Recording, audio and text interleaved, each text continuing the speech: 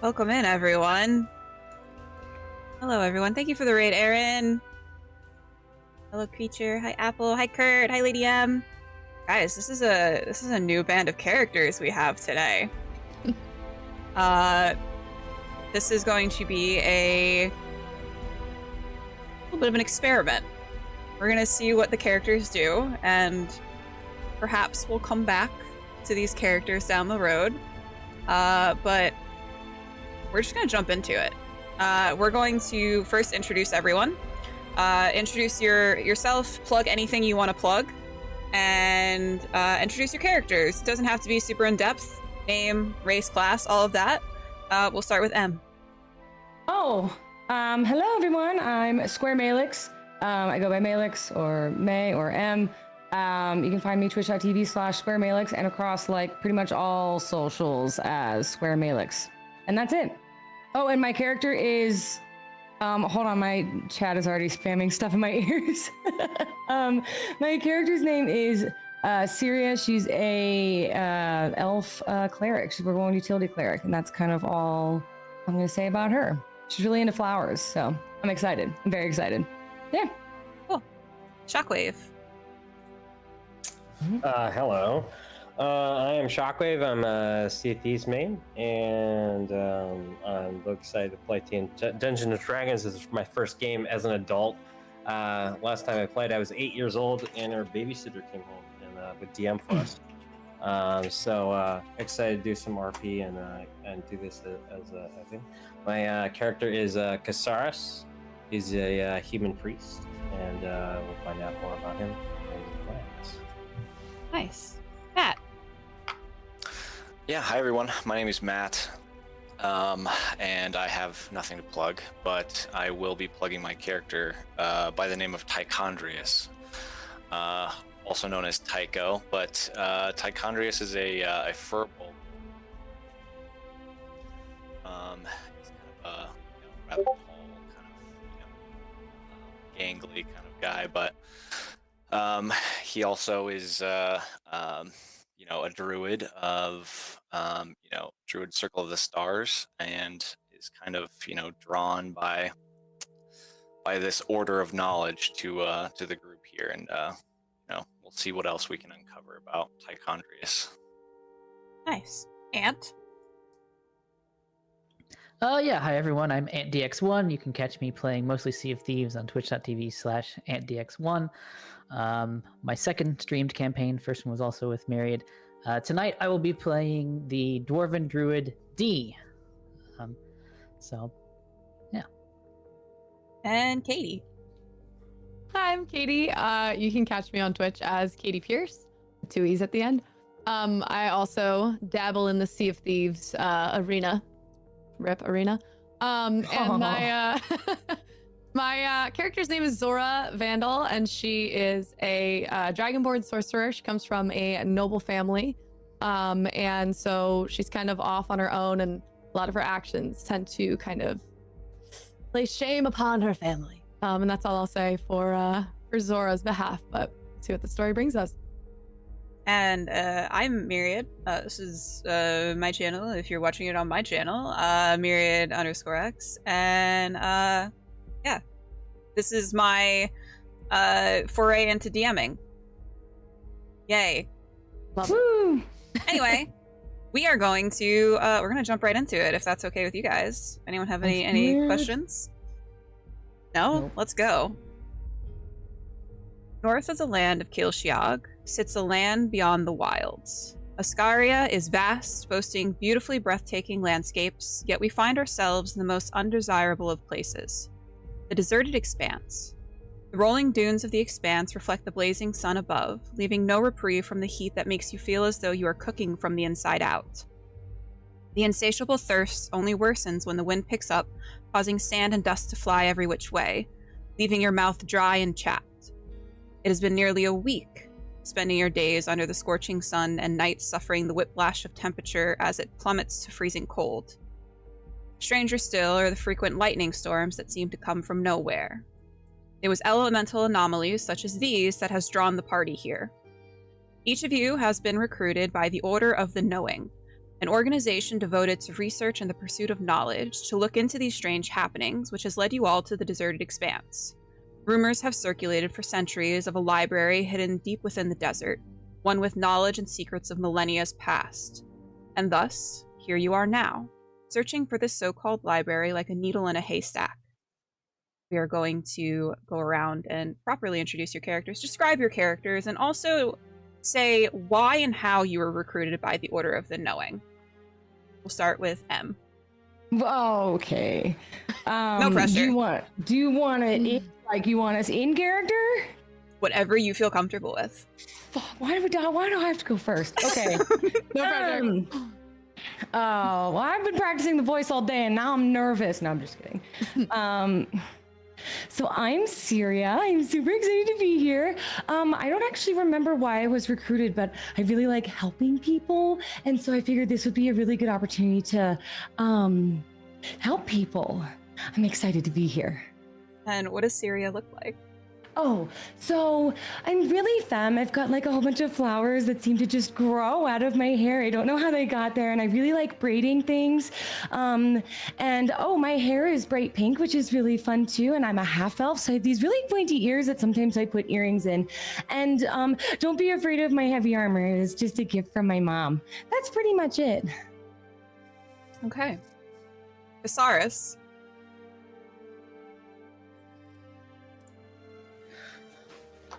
You see a human man, tall for a human, well over 6 feet, bald, with white beard, seems to be in his 50s, deep black skin. You can't see his eyes as they're hidden behind half-crescent glasses that seem to reflect the light no matter what angle you look at him. This is tall and thin man. Approaches you all. Says, I'm Kassarris. I've been sent here to escort and protect all of you on this mission. All right. Matt. Yeah, I kind of gave some spoilers earlier, but yeah, so the Firbolg you kind of see, and Firbolg's kind of are this, a little bit more of a giant-ish kind of human, relatively tall. And Tycho is, has this kind of gangly-like appearance to him. He's about, 7.5 feet tall, actually, which is fairly short for Firbolg. But he's got kind of a fair complexion with, quite a few freckles, but otherwise has just dark brown hair, dark brown eyes. And he's wearing kind of, this rough-spun cotton kind of clothes, very kind of homey, very homemade looking. With just kind of, basic leather trousers. But he's got this interesting scale mail armor on. It has this kind of blue shimmer to it, almost like fish scales to it.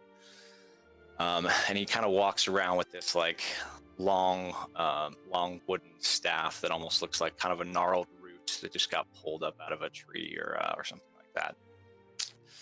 And he's kind of wearing a shield on his back and is kind of just, he's got this map case that's kind of dangling from his side as well, and he's you can kind of see him as almost like a cartographer. He's kind of joining the expedition to kind of help figure out what the anomalies are being, what the cause of the anomalies are, and his clan is really well known for their ability to kind of map the star charts, and that's where his knowledge and experience with the Order comes in. The Order of Knowledge is kind of, they kind of converse with his clan to kind of learn about the stars from them. So they're kind of tapping their Druid go-to for celestial knowledge, and that happens to be Tycho. Nice. Love that. Love a cartographer. E. Hi there, I'm D. You see a short for you, but tall for a dwarf, about 4'9", 4'10". I have not practiced the accent all day. I'm still getting the hang of it. Figured it worked well enough the last time I did it.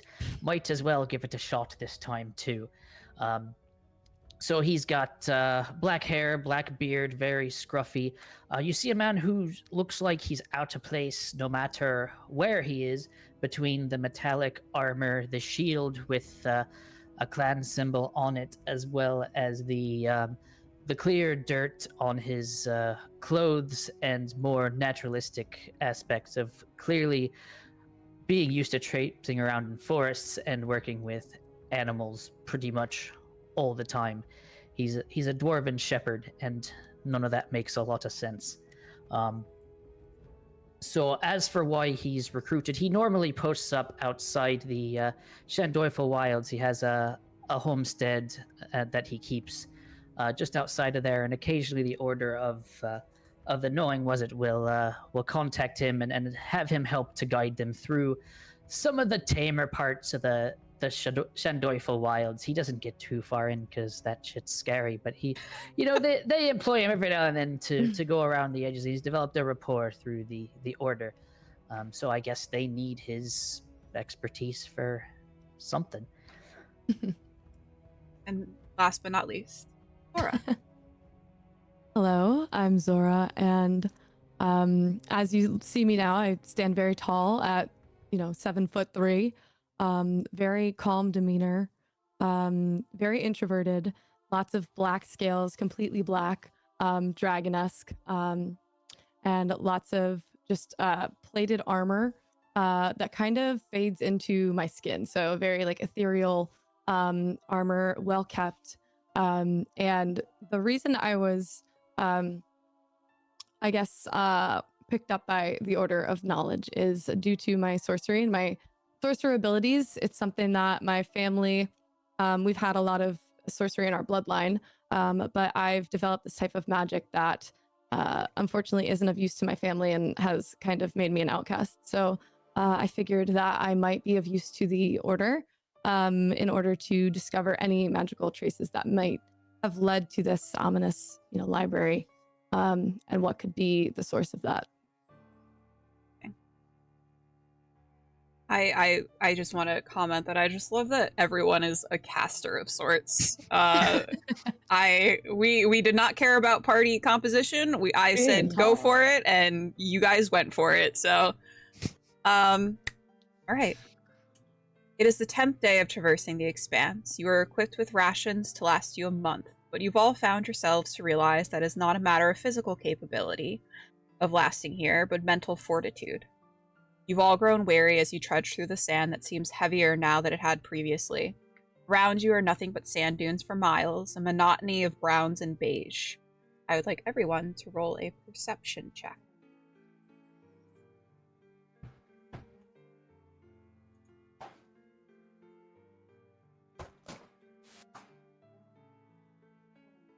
This is where I admit I am a bad DM and I did not have my dice ready. I don't have mine ready either. I thought there'd be a program. Oh, no program. D&D or the D&D Beyond. D&D Beyond, I'll let you roll through there. Oh, you don't want to come use some of my 50 dice, Matt? Is that what's happening? I gotta show you the chainmail bag. One of the people I play with has this. She made it. Like, how do you make a bag like that? All right, what was that check? I was panicking about not having dice. Perception. Perception, All right. I believe. Perception, yes. Okay, 19. All right, Shockwave. 18.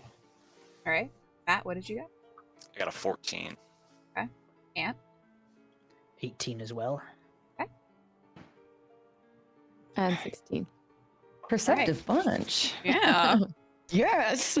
So anyone who rolled above a 15, which I believe is everyone but Tycho, you can feel the wind begin to pick up. A warm breeze biting at your ankles at first, and then a gust that follows that nearly topples you. A sandstorm is beginning to brew. You've all been fortunate to not have been caught in one during your travels so far, but you know there is no time to set up your camp to wait it out in the safety of fortified tents. Sand begins to fly around you all as the wind intensifies and your vision clouds as your eyes burn and itch. It is becoming more and more difficult to breathe. What would you all like to do at this point?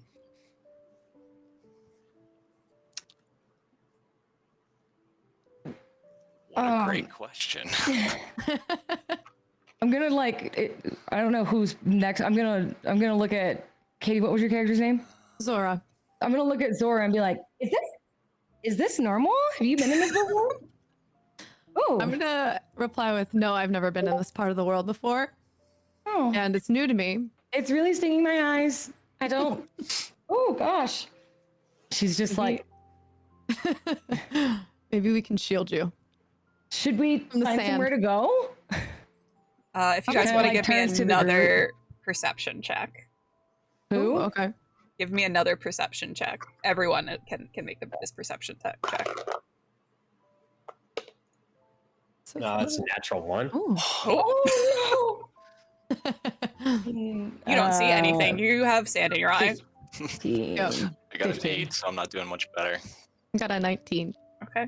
Ant, what about you? 12. Okay, so Zora is actually the only one that sees this, probably because of your height. On the top of a dune in front of you, through the swirling grains of sand, you spot a stark white shape that stands out against the mottled brown. An animal of some kind?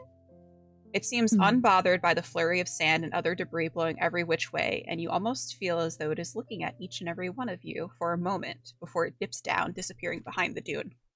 Mm. Okay. Guys, I just saw a crazy thing. What did it look like? It was white. I think it was some sort of animal. But Oh, it just I love disappeared. animals. Oh, I see it. What do Which you way was think? it Should we going? go investigate? Gotta figure out a way out of this Probably. farm. There's literally nothing else around, is there? It's just desert and animal, right? Yeah. I think Would I it be- ran on the other side of the dune. Would I be able to recognize this with what I saw of it? What type of animal it was? Since you rolled the nat, rolled nat 1, right? Yeah. I'm gonna say you're busy rubbing the sand out of your eyes. You didn't actually see it. But would everyone like to kind of venture forth and try to follow after it? Yeah. Okay. I'm going to need everyone to do an athletics check as Oh, you no. try to traverse up the dunes. Not my best. I'm not very athletic. But I also throw a detect magic down Ooh. based on her description. Stay on the. You want to? Okay. Okay. Throw Okay. detect magic. Yes. So? It's only got a range of 30 feet, but basically I can sense magic, kind of the faint aura of magic or any kind of visible creature. that can So occur. as Zora tells you that you see that she saw a creature up on the dune, you throw down that detect magic and you get a ping right in that area. And then it quickly disappears as it goes out of your range. And I rolled a nat 1 on athletics, so focusing on the Okay. detect magic a little too hard, I see. All right. What did everyone else get for their athletics? 7. Okay. Shockwave. Got 11. 16. 25. Okay. Hop off. Zora? 11. Okay. Anyone that got above a 10, you guys are going to be able to get up the dune, no problem. The ones that failed, you guys are going to be about 10 feet behind, trying to trudge up. So you're going Is to be this a little because I bit was behind. skipping? I just really like skipping. I Gotcha. think it's a better way to travel. We must be steady in our approach. I guess if she's skipping as well, it's particularly Right, kinda using ridiculous. that detect magic to kind of guide us a little bit, Mhm. like a radar gun. So once you guys reach the top of the dune, you all can roll me another perception check, but because of the detect magic popping off, you're going to roll with advantage. Okay.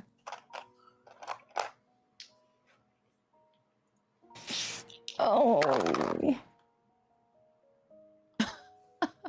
Just get the bad rolls out now. Get them out now. 14. Okay. 14. I don't like this dice. With advantage, natural 20. Oh, okay. Wow. Ooh, first nat 20 of the game. You You're got also seven. first nat 1 though, so. Dice giveth and the dice text They taketh, do, you know? they really do. Tycho, what did you get? 17, sorry. Okay.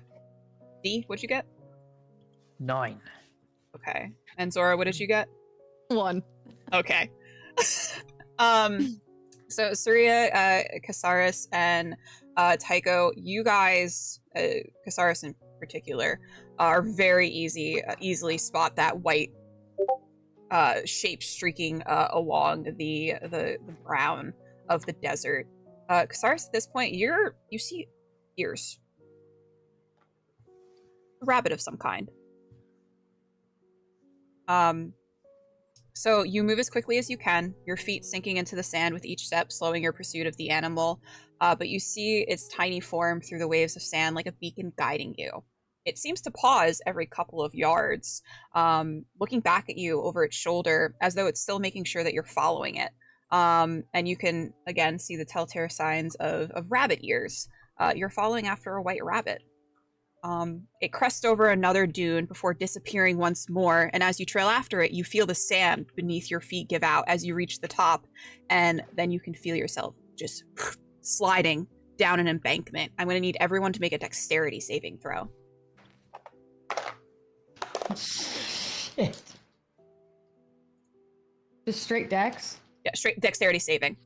If I'm in heavy armor, is that disadvantage? No, unless it says it gives you disadvantage, then no. Okay. 16. Okay. 9. Okay. 9 as well. Also 9.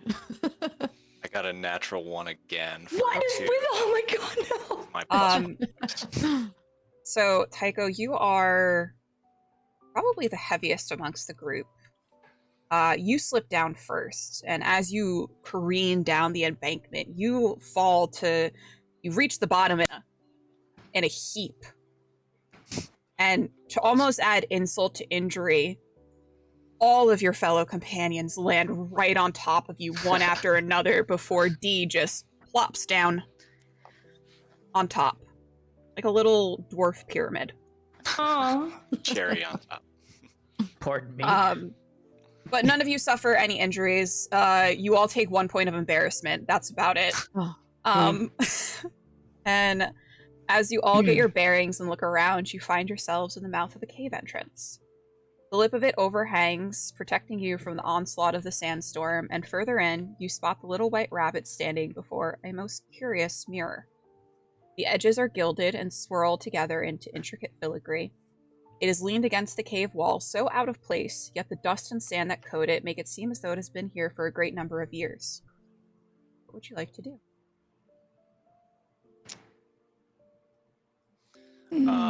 Would that tumble break my concentration, or would I still have my detect magic? No, you still have it up. Okay. As you're concentrating on your detect magic, you feel two like little pulls, like two little like sonar pulses, one from the rabbit and one from the mirror behind it. Seem to be magically inclined. Is talented with, would I know if is it a beast or does it look like an actual rabbit?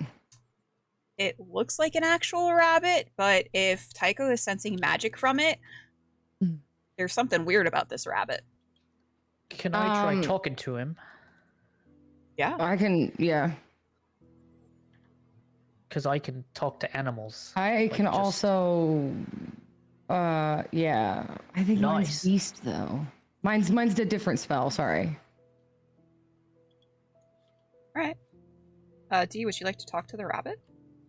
Yes. Hello. Why did you lead us here? Nice to meet you. I'm D, by the way. You hear a little voice in your head. It's weird because it's not speaking to you the way that animals normally speak to you. When animals speak to you, you don't hear it in your head. You hear it aloud when they speak to you. And you hear a little voice. Hi! You're looking for something. I have led you to where you seek. Oh. I look. Well, I just step back a couple paces. Are we watching this? So he says that he's led us to where we seek, but he didn't say it like I'd usually expect, like, aloud or in chitters or whatever it is that rabbits do. How does he know what we're looking for? Yeah. I know a great many things, and you all hear that in your head at this point. Whoa. It's pretty disconcerting, isn't it? I wonder what tales it has to Like tell. that. It turns around and presents its fluffy little tail to you, Zora, and shakes its little butt. Cheeky. Oh my gosh, he's so cute. I don't know why we're so fascinated with this rodent, but it intrigues me. Okay, bye! And it's going to dart off into the mirror Okay. and disappear, like a ripple emanating out from where it disappeared. I'm going in after it. I'm I'm just saying. I'm real stupid, guys. I'm going in. All right, I'm Soraya just gonna disappears follow it. right after it. What do the rest of you do? You see like a trail of flowers. I'm left gonna- behind. Stay back and observe. See what happens.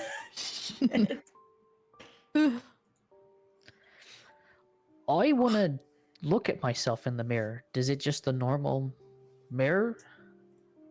So something most peculiar is that you do not see your own reflection in this mirror. When you look into this mirror, when you look inside, there is it's like you're looking through like a one-way mirror.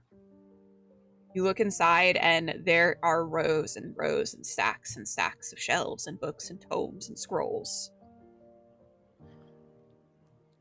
All right, this one's gonna get themselves in trouble. And Kassarris steps forward and steps into the mirror. Yes, Okay. let's go, chaos. I also go into the mirror. Do I Alright. see her in the mirror as well? Like, You In as addition you to the were books? you were Okay. looking, you did see like Soraya just like whew. all right, yeah, I'll step into the mirror as well. Why not? Okay. And anyone, I believe Tycho and Zora are still standing, observing. You will see your three companions having disappeared into the mirror. You now see them in the mirror, as though they Right. are running into the library stacks. Or I'll brush myself off and step through the mirror. Mm-hmm. I feel a sudden urge of protection. So I guess I'm going through that mirror. Oh. Okay. So, as you all enter through the mirror, you find yourselves in a labyrinth of shelves. The white rabbit is nowhere to be seen, having darted off, leaving you all to navigate the maze by yourselves. The section where the mirror sits against the bookshelf is a dead end that leads down to a hall that splits off into two directions. So it's a one passage, and then it splits off into two opposite directions. What would you like to do? Wait, so we're sitting You at. see if the rabbit went down one direction. Oh yeah, that's yeah. So you're gonna walk. Which direction are you gonna walk, left or right? Do we know which way the rabbit went? You do not. It I like feel like we should split up. disappeared. Katie Pierce already wants to split the party, All guys. right. Who's going left and who's going Oh. right? Soria's gonna go. Okay, well I'm gonna Going go left. left. We She's should going play left. together. I'm left. 'Cause it's Point of lucky. order. Point of order before we all split up. We were told to find a library, correct? We found I a really library. don't What- remember we don't. why we're here. I thought it was the library, right? It could be an illusion, though. Is there or Fair point. able to like? You said we're like surrounded by shelves and stuff. If I start like fucking with the books, do they seem normal? Like it's There's books. interruptible. Yeah, you take a book off, you read it. Okay. It's about plants and herbalism. Oh my One gosh, I'm that's- gonna sit down and just okay. Let me know what you decide. And just start. she's lost. She's in some books. All right. I'll venture forth to the left and see Okay. where the Anyone path going? leads. Anyone going to the right? Can I do? Is there like section titles? Is there any like tell? Oh, Where are we at? Where are we at? that's a really good question. There's no titles. It doesn't seem Normally, when you've been to a library, there's usually some placards on the ends of the shelves that sort of signify what sort of reference section it might be, whether it's fiction, nonfiction, what have you. There's none of that here. As you sort of where Soraya had picked off the book with herbalism, you see that entire section seems to be about plants. And then you move down to another section, it's sort of about the cosmos and a lot of celestial maps and things like that. And then you move down even further to things about blacksmithing. So there's nothing particular that denotes the contents of the shelves, but you do see that things are sort of grouped together as you make your way about. I'll definitely drift towards that celestial section that you mentioned before. Okay. Zora, as you wander to the left, you're walking, and then you walk and you come to a turn that makes a... Hold on, we're going to the left. You come to a turn that makes a right. Okay. And then you go to another turn that makes another right. And then you're walking back around and you make another right. Okay. It's a square. Huh. You find yourselves back with your companions. Ah. All right. And when we passed through That's the a mirror, loop. was there a mirror or anything on the other side, or are we just in this room? There is a mirror on the other side, and when you look through that mirror, you see the mouth of the cave that you had been in. What's the lightness in here? Is it dark? No, it's not particularly dark. Okay. You see that there are sconces and everything sort of giving a fairly decent light. You know, you can't hurt your eyes reading. Not in a library. Seems like it just seems very normal, like a normal reality, like we're not in some like magic portal. Well, it seems like it's a normal-ish library, Normal-ish besides the fact that Zora seems to have gone in a complete circle. There Right. doesn't seem to be a way out. I do that all the time. I always walk in circles. Okay. But like the lights seem, yeah, okay. If you guys want to roll me an investigation check. So anyone who is looking at the shelves in particular, please roll me an investigation check. I wasn't really looking. I was just pulling things off to see if they were real. Can I cast guidance on myself really Yeah. quick? Myriad taught me all about guidance.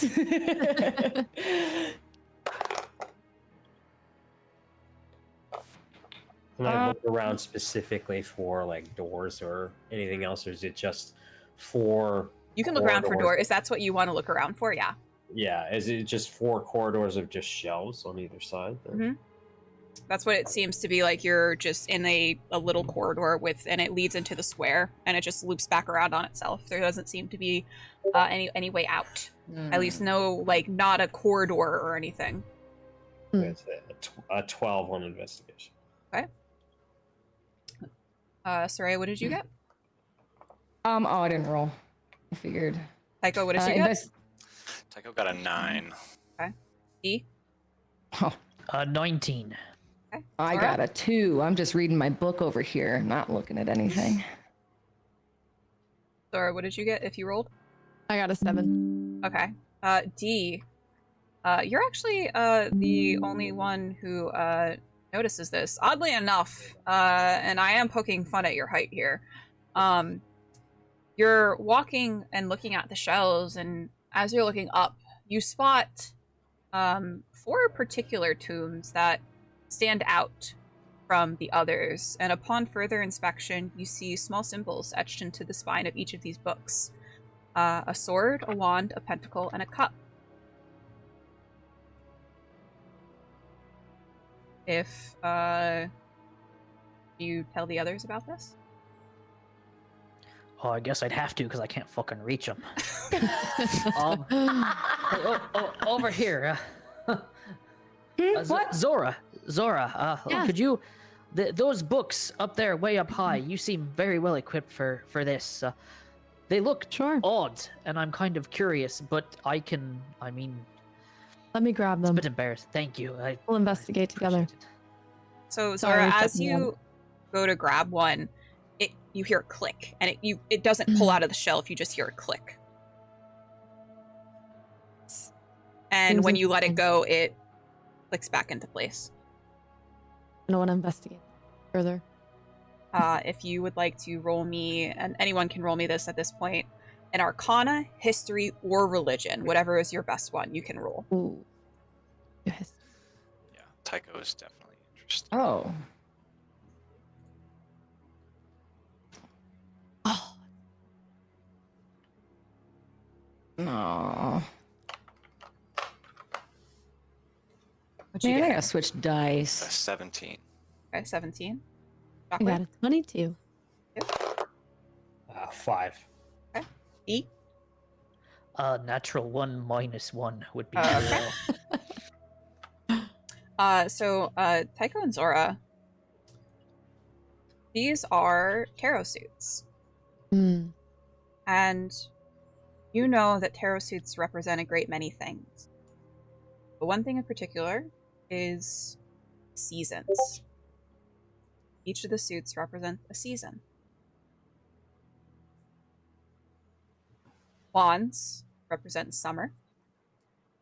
Pentacles represent autumn. Cups represent spring. And swords represent winter.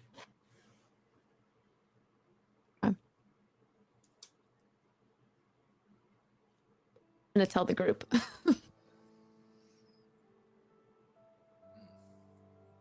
Something very interesting about this book. Are they mounted in any particular order on the shelf? So it is, so it seems to be wands, swords, pentacles, cups. This one's for all my baby girls. I see your comments, ladies, and they make me smile.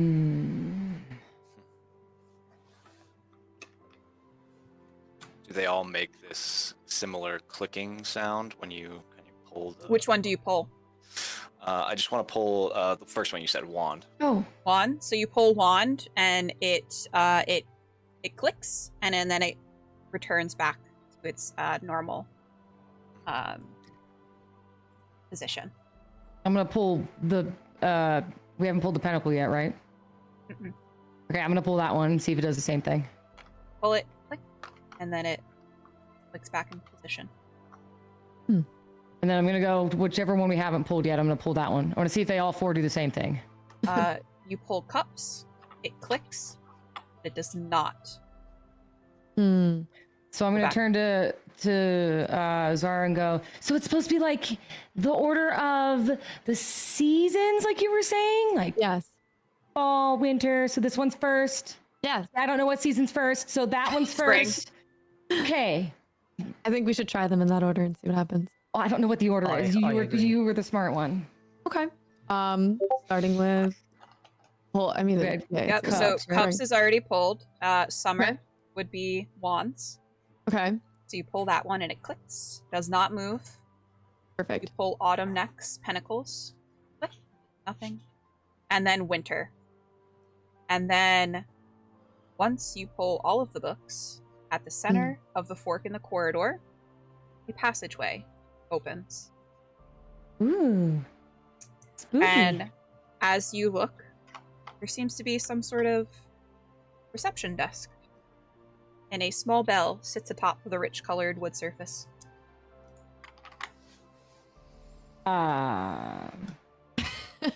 So what do you think that is? I think you should go ring it. Oh. You know you want to ring. You know you want to. I mean, okay. Where? Oh no. It's there for a reason. I want to She's so stupid. I don't know. Sorry, I've never played someone with such low intelligence before. I was trying to see if there was like a spell. I don't think I have detect magic though. I think I'm throwing. So I'm gonna just slowly in front of the group, shield out, start walking forward toward the desk with the bell. Okay. Okay. As you walk towards the desk, there's nothing. It seems like a normal sort of circulation desk you would find in a library. You don't see anyone. The bell sits by itself. Yeah, it seems normal. Did they all follow me? I don't know how far it was.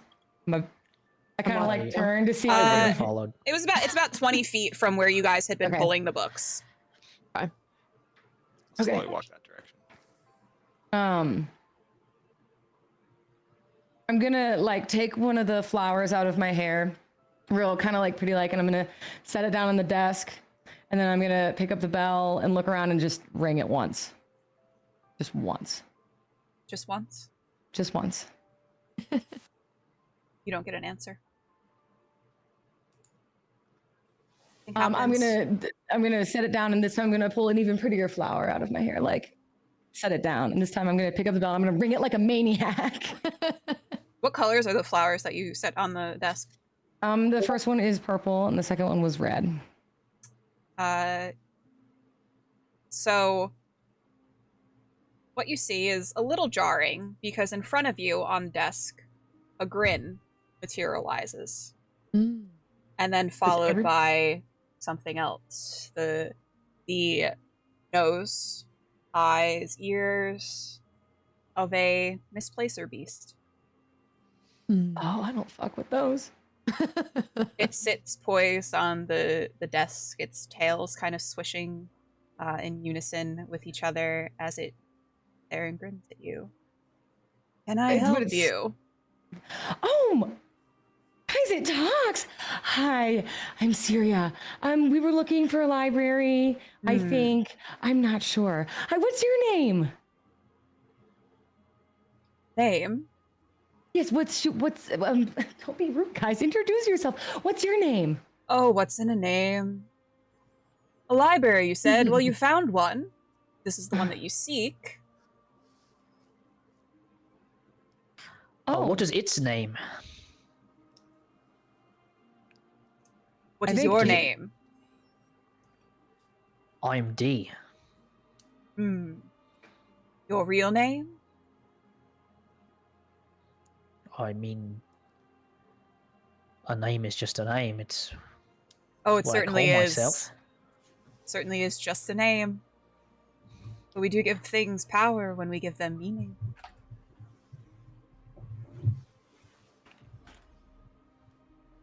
And what is it you are searching for in this library?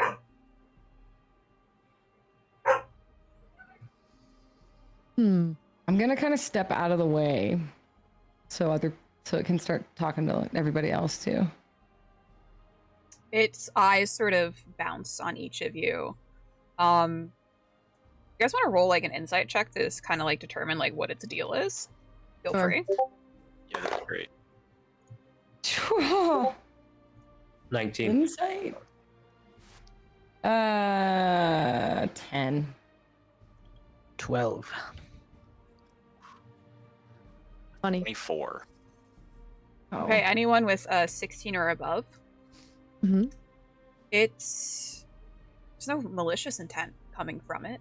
It's the way it's speaking that's just how it speaks. It's not trying to mislead you or misguide you.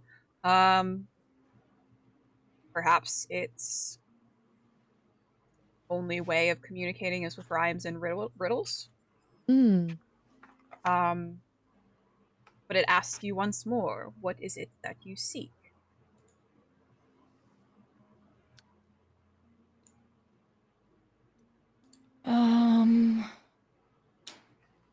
Is it? We're looking What- for, I think, a way to fix the world. There's this imbalance happening, and I think we're looking for anything we can find here in your library to fix the problem.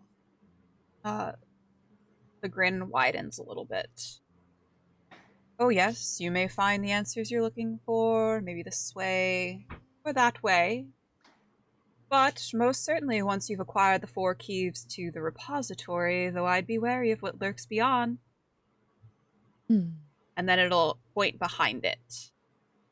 And you will see a hall sitting behind the circulation desk. Hmm.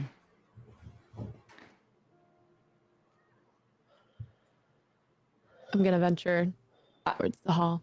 I'm gonna follow. Very excitedly. I'm probably trying to braid my hair, your hair, some ribbons. So fun. You never get girl time. I'm like brushing you off. I'm like, no. No, and it's stop great that. because I'm just like clonk, clonk, clonk in my heavy armor. There's like little flowers weaved in all the like chest plates. I'm like embarrassed. I'm like, please don't make that much noise. How did you even get here? We need to be very like prim and proper and like put together. Oh, I'm pretty sure I've got bows. And she's like twirling her hair. Oh man. Do the rest of you follow after your two comrades? Yes. For anyone who lingers just long enough, you will see the Displacer Beast start to fade again. The last thing fading from view would be its large, sharp, pointed teeth in the very unnerving grin.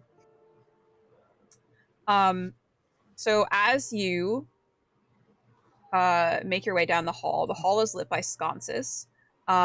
And as you're walking down the hallway, it seems to be getting smaller and smaller the further you go in, until you are on your hands and knees, single file in order to fit through.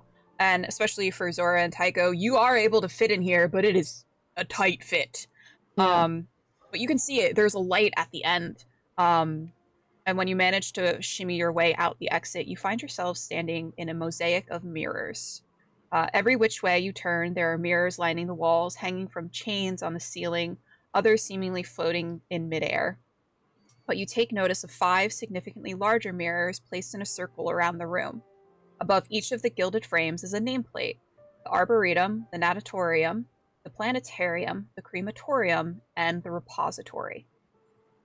The repository is the largest of the mirrors and stands center in the room. Around the frame are 4 indentations as though objects can be slotted into them: a circle, a cup, a wand, and a sword. While each of the other mirrors all around the room are lit up, signifying they are activated, this one is not. I'm gonna go towards the planetarium. Okay. I'm gonna follow. I'll be following. Okay. Do you enter or do you just look at the mirror? I'm gonna go for it. I'm gonna enter. All right. I'll follow right after. Yeah, I follow through. I'm gonna cast Pass Without Trace on myself. All right. Oh. Just on yourself or on the rest of your party? I'm not sure how it works on everyone who I can. They have to stay within range of me, right? Yeah, they have to stay within, I think, 30 feet of you. Okay. If they leave, does the spell filter on them, or does its effects just like go out and then come back in if they're near me?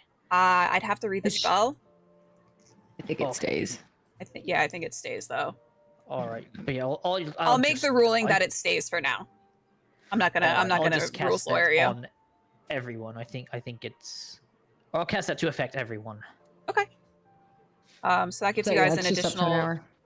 That gives you guys an additional +10 to any sort of stealth checks that you might have to make. Nice. As you enter the planetarium, you find yourself in a large observatory. There is a window where the night sky lies beyond and a telescope placed in front of it. A person, shrouded in cloaks that seem to be made of the very night sky itself, peers into the telescope, seemingly paying you no mind as you step through the mirror. Bits and bobs and other magical knickknacks are all around, with shelves upon shelves of books and tomes about the constellations and astronomy. Are you all trying to be sneaky here? I mean, Syria is probably staring up at the. Tycho's having a hard time trying to be sneaky about it. I'm probably talking to I'm like, oh my gosh, I've never seen the stars like this before. Like, she's definitely stargazing, talking to whoever's listening. I don't think I'm being very sneaky. I would say the cast was less a sort of imperative for the party to be sneaky and more just, maybe we'll make a precautionary. little bit less noise. No, this is smart. Maybe not rile up the whole place upon entering. Smart. Okay.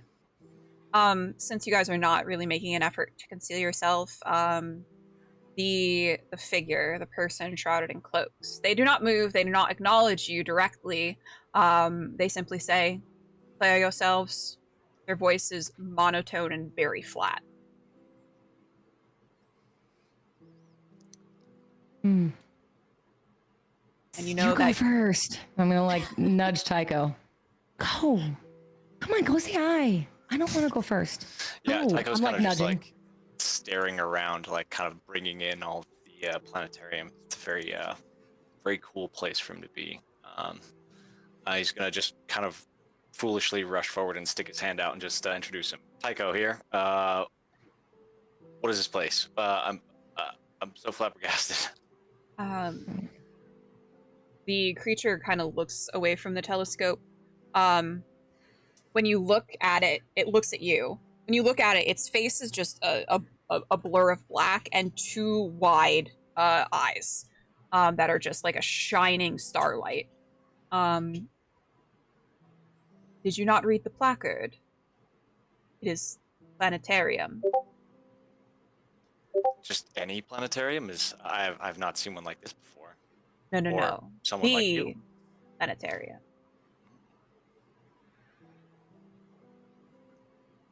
What is it you are in search of? We're looking for signs of some sort of imbalance. The world seems to be going through some sort of disorder. We're looking for reasons why. Oh. Have you noticed anything different in your observations lately? Well, you see, we aren't quite in the normal world. I'm going to step in and say, of course we're not, because if we were in the normal world, you would know who I am, which begs the question, who are you? Which is the more important question at this point. I will forgive your blunder of not knowing me. Who are you? Are you trying to intimidate in any way? I wouldn't say so. Okay. The creature will look at you. The eyes are a little unnerving, especially because you can't see the face. Okay. A name was given to me long ago, but has been lost to the echoes of time. What is a man without a name? Man, then. You intrigue me. You are searching for entrance to the repository. Yes.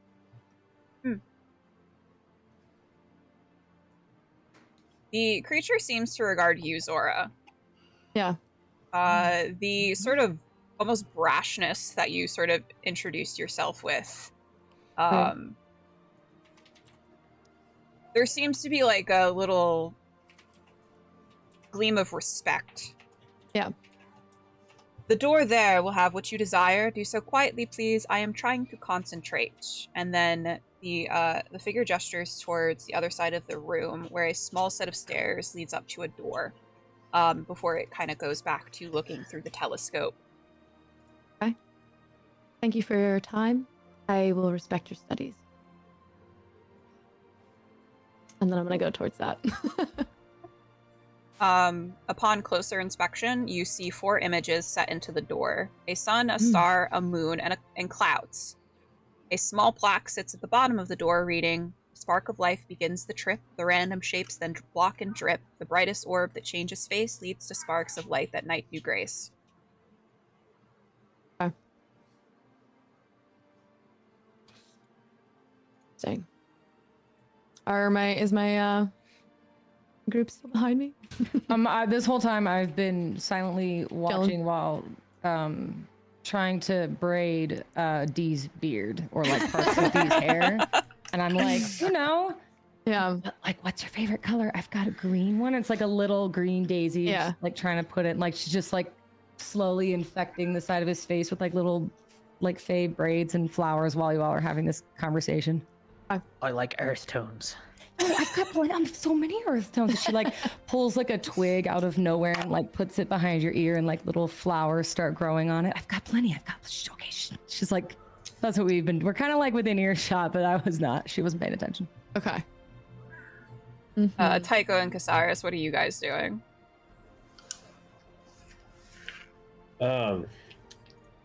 So is this in just a room, or is it open?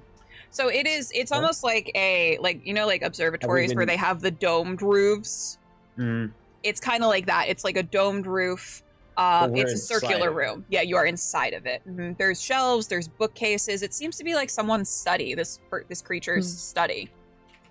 And is there an actual telescope or anything open to what appears to be sky or anything Yeah, else? so there is a singular window, and they are currently at a telescope looking through the telescope out the window.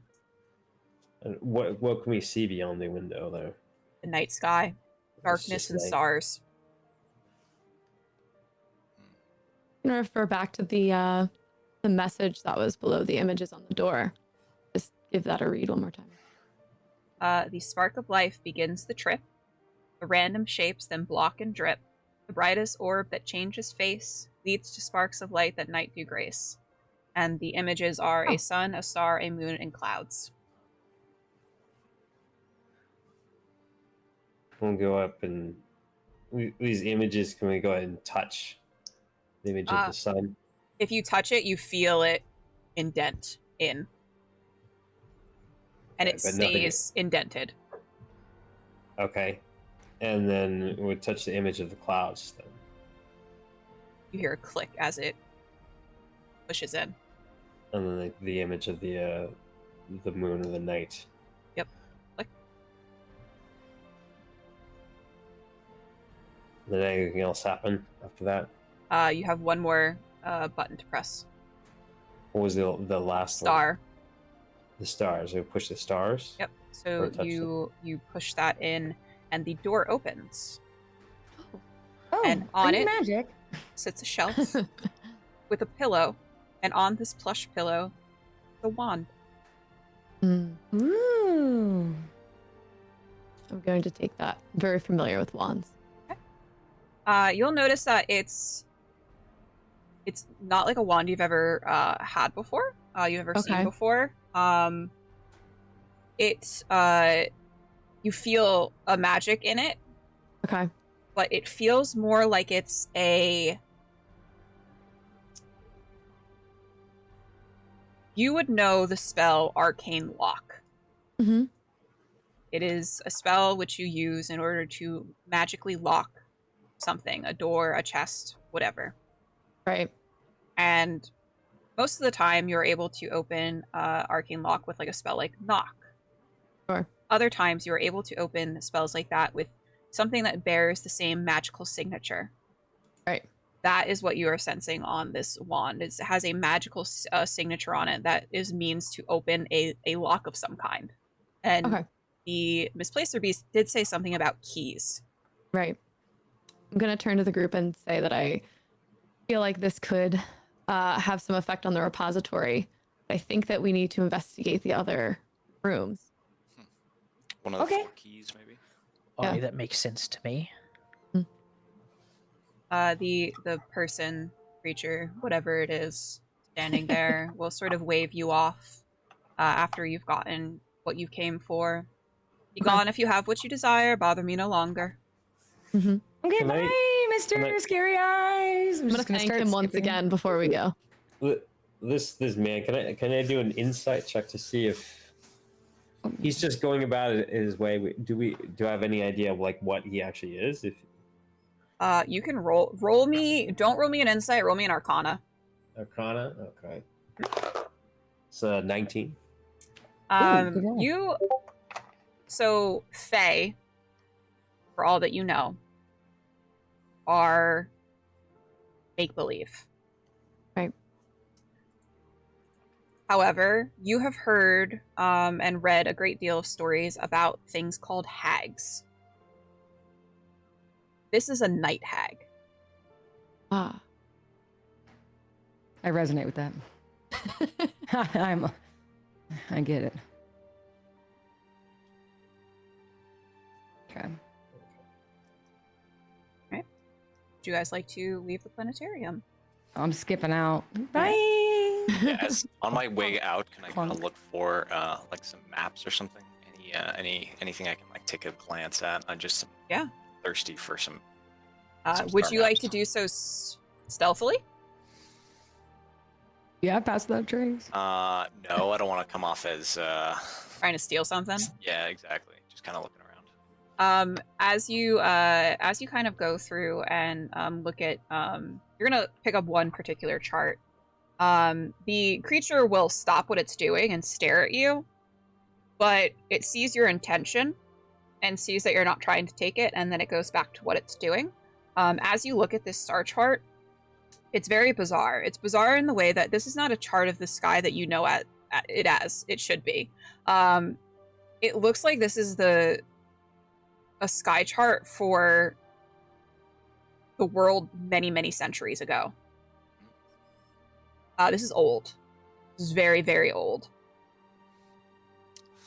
I'm gonna just take out a notebook really quick from my little satchel and just do a really quick rough sketch of the star chart, just with my my particular skills at doing so. Yeah, I think it'll probably take you like 3 minutes. That's no problem. If you want to roll me what would this be? Maybe a performance or some other ability to see how well you draft this. Performance it is. I'm gonna definitely give myself guidance. 11. Okay. So it's rudimentary at best, but it gets the job done. And you know that you've seen this already. You've seen it. And you know that once you go home, where you have more, time and time to get all of the details down, you'll be able to create a star chart that's a little bit more up to your own standards. Excellent. And then I'll quickly kind of follow suit, just packing all my stuff, just chasing after the group. So you find yourselves back in the room of mirrors. You still have the natatorium, the arboretum, and the crematorium.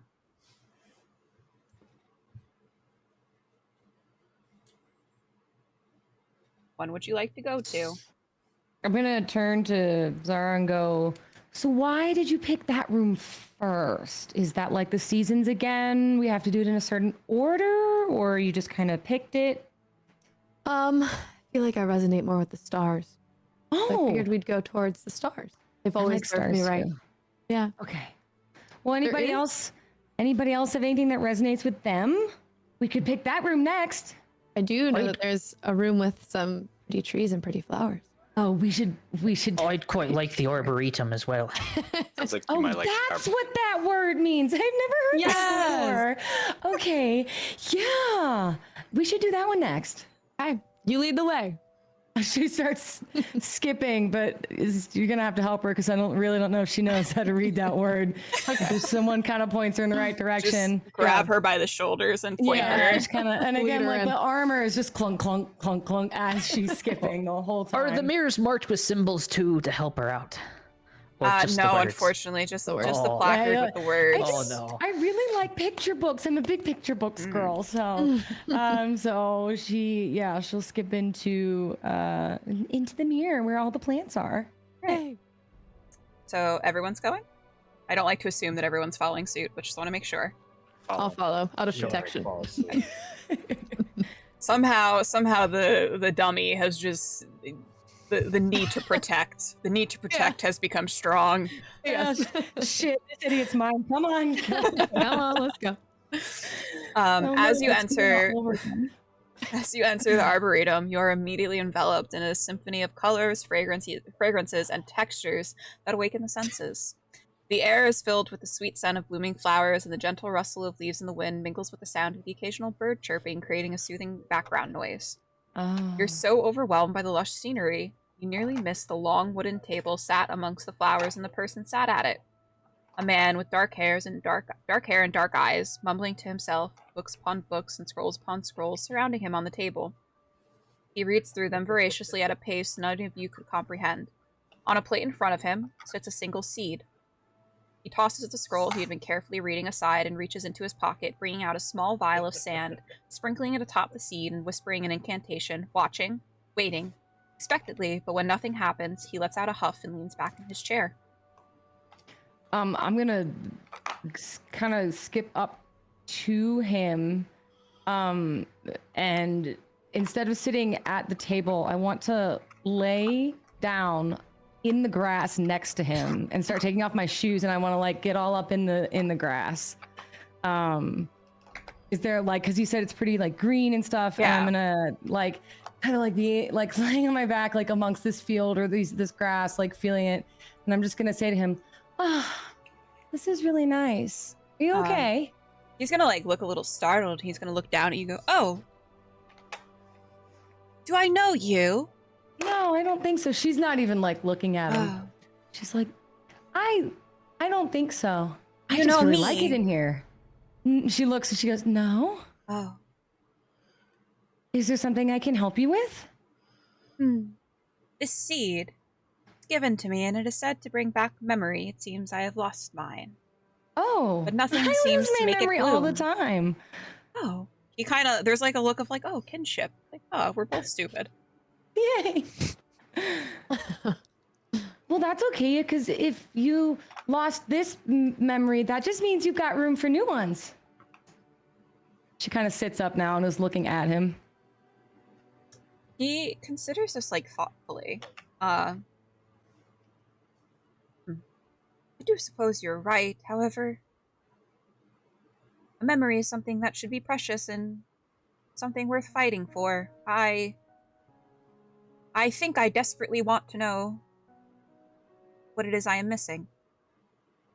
And I'm gonna shout, Zora, he's starting to ask more difficult questions.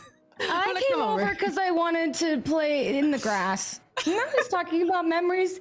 Can you come talk to him, please? Yeah. She starts panicking a little. I'm gonna walk over and I'm gonna confront this man, and I'm gonna Back to my grass. I'm gonna ask him to state his name, for me. He looks at you. He's like, "Oh, I've no memory of my name." Oh, are you lost? He looks around. No, I think I am where I need to be, where I ought to be. It's just I have no recollection of how I got here. Ah, maybe you can help us. We're in search of something as well.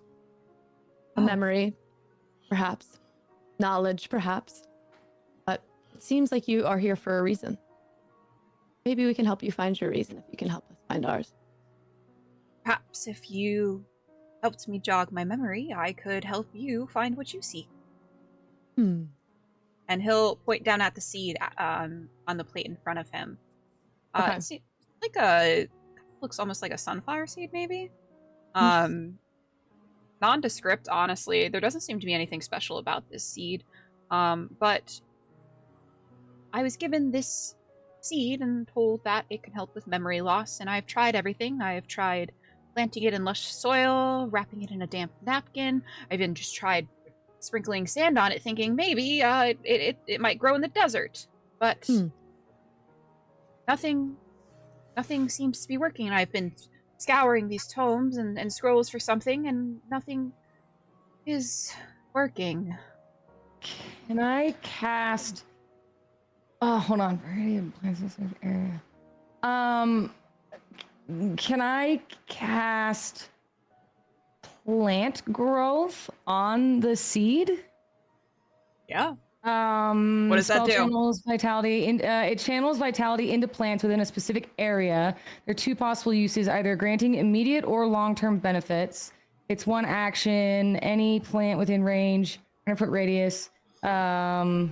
Oh no, but I don't think because it's gonna say because then it says anybody. It's half movement. Cast a spell over 8 hours. You enrich the land. All plants in a half-mile radius centered on a point within range become enriched for up to a year. The plants yield twice the normal amount of food when harvested. There you go. I don't know. So do you want to cast Can it knowing I that rel- you can? It would just cost you, it would just take you guys a little bit longer to leave. No, then let's not do that. You could work on that while we try to investigate a quicker Yeah. means, perhaps. Oh, you should. You know what? You are really earthy. You should take a crack at this. I'm gonna go back to my grass. I can try. Usually, most of the only plants I know that affect memory don't necessarily bring it back, but I can give it a shot. Do I have any knowledge of what this does it ring a bell as far as plant species, like what it could be? Roll me either Arcana or Nature. All right. Oh, we're gonna do Oh wait, I'm actually bad at nature. So You're I'm a bad at druid! dwarf? Yeah, I'm not a good druid. I'm bad I've at got medicine if I can do medicine, but that's about it. I'm a druid. Tycho's gonna just kind of look at you. All right, we side eye. got a we got a Yeah. 9. We got a 9 on that. Oh, all right. Wow, that sure is a seed, huh? Maybe I can help with this a little. Yeah. Sure. Tycho's just gonna go and kind of like dig his heel into the dirt a bit to dig a little bit of a hole and take the seed and plant it in that little hole and cast Druidcraft on it to make that seed open a little bit. Maybe. As you plant it and as you cast Druidcraft, from beneath the soil you see a glow. How did you And do then that? You can see a little seedling begin to sprout in real time, very quickly. It's Druidcraft. It's magic. It's going to be quick. And the stem starts to twist up, and the leaves sprouting as the flower buds and blooms.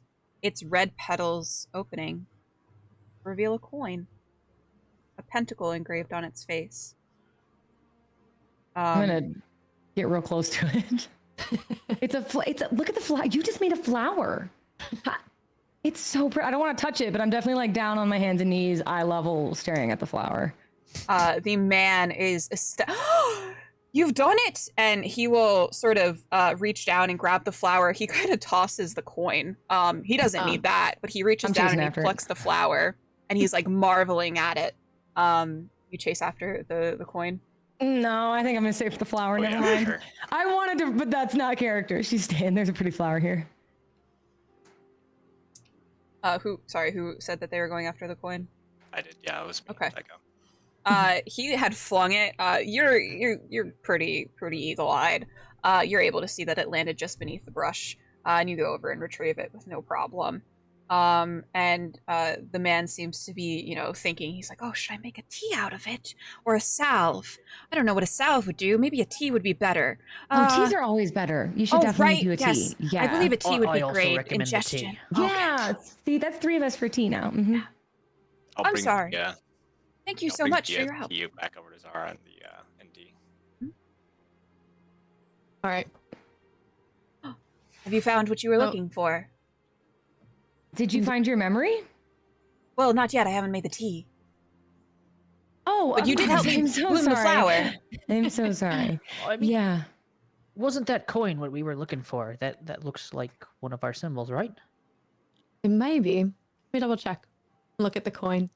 Yep. See that So it you has know more- that there was on the frame for the repository there was a circle, which seems to be about the size of the coin. Okay. Perfect. And what was on the wand? Nothing was on the wand. You just noticed. Zora noticed that it had a magical signature on it that it might be used as a key to unlock some sort of arcane lock. Oh, yeah, that's right. And you're getting We the same didn't- signature off of the coin as well. Right. But there was no. But you said there was a pentacle on the coin that we just found, right? Mm-hmm. Yeah. Got it. Yeah, and you would note that the other shapes were a sword and a cup. So, Right. point of order, how long do you think it'll take you to brew the tea? I'm kind of interested at this point in what your Oh, well, what your memories will. one can never rush a good tea. Oh, for No, Christ. that Must be is so steeped at true, the- though. Perfect temperature. You really need to get all of the flavors and the aromas. Well, sure. If you're in a tea shop, you're ingesting the drug. Just make it passable. Yes, but this was a once-in-a-lifetime flower. You want to be able to savor it.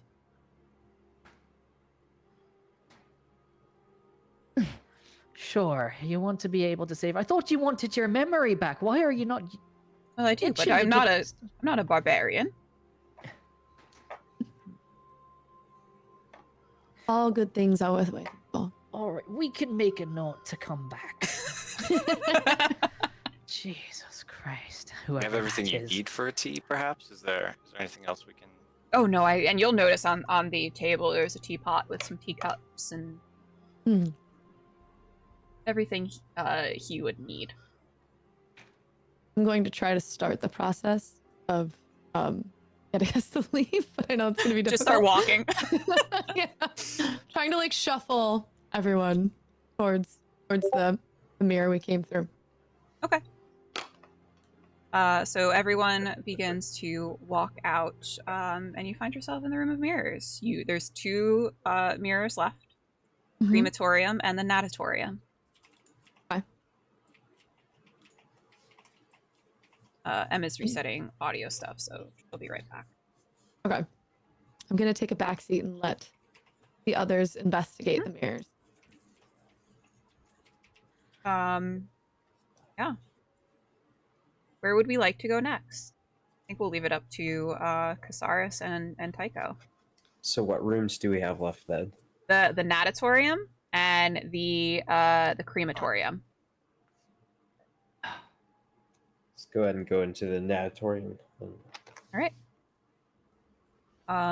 So, as you enter the natatorium, you find yourself in a large, tranquil chamber bathed in blue light. Set into the floor are 8 pools of water. On the surface of each pool, you see a reflection of the room above. High above you is a vaulted ceiling with a beautifully painted mural. The mural is of an enchanting woman surrounded by 8 doors. She holds a cup in her left hand and a scroll in her right hand, which you can read the words. Look at me and I look at you. I never speak a word, but always tell the truth. I will actually show you that area. Ooh. Hey. Map change. Oh, cool. That's so cool. Makes that our first rodeo, right? Uh-huh. So yes, you see 8 pools of water. What would you like to do?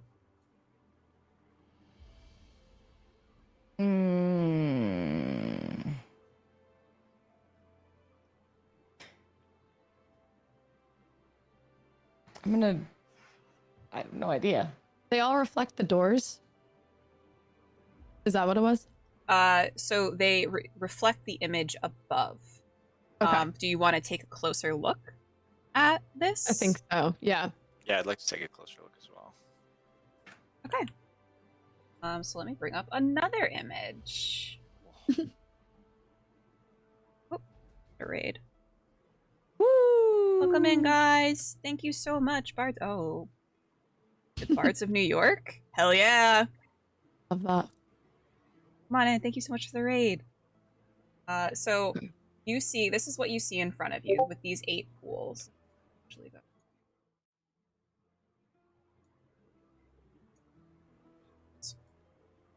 Ooh la la. Just did the same thing.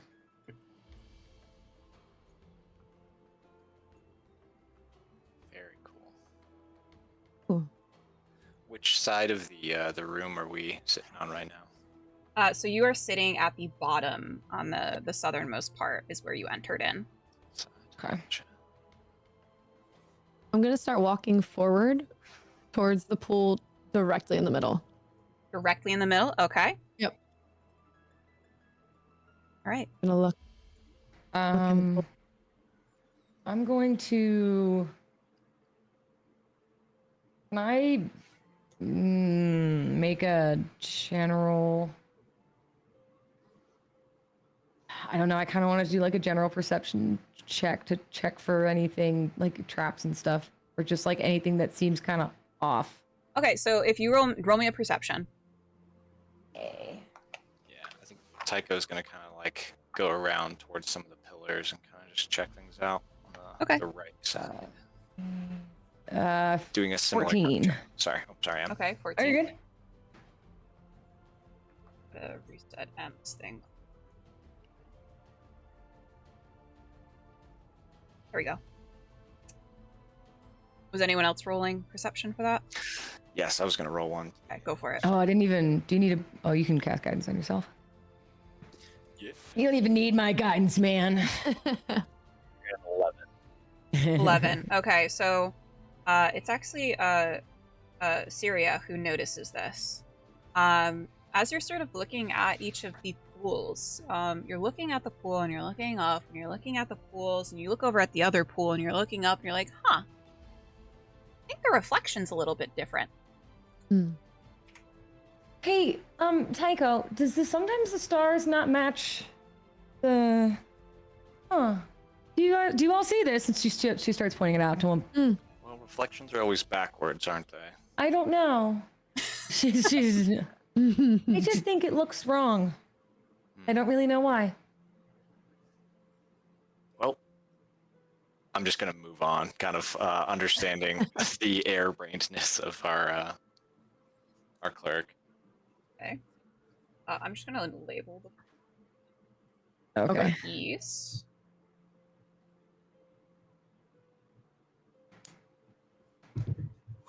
Hopefully you're able to see that a little bit. Yeah. And so Tycho, you just left? You were like, cool story, bro. Walked Yeah, out. pretty much. Yeah. Okay, so I'm gonna turn to Chuck. Is your character Crass? What's your character's name? Kassarris. I can't even read my own handwriting. Hold on. Kassarris. I'm gonna turn to Kassarris and kind of like lean back and say the same thing. I just think the reflection's off. Doesn't that look off to you? So you look in the pool and the reflection, is it in what way does it look off? Is it reversed Which or pool are you looking in? with the center one, number 8? Number 8. So you look in this pool and you think that the reflection is accurate. Okay, what about the one next to it, number 2? Number 2, in this reflection, you see the snakes that were sort of coming out of one of the doors. The snakes seem to be slowly beginning to move. I'm just like looking at him, looking at what he's looking at, trying to figure out what he's if he's piecing it together. If I go over to the other one in number 6, what does it look like?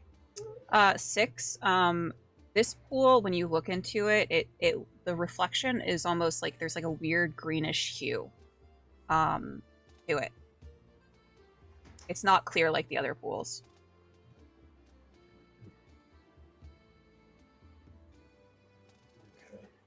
Interesting. Let's go look at all of them, then we could go back down to the south and look at number 1. In this one, the woman is weeping. And number 7. In this reflection, the woman has grown old and died. Oh. Can I stay at that first one? The first one when the woman's weeping? Mm-hmm. What would you like to do? I'd like to... And I will note something that you notice from looking up. The woman is holding a cup. Right.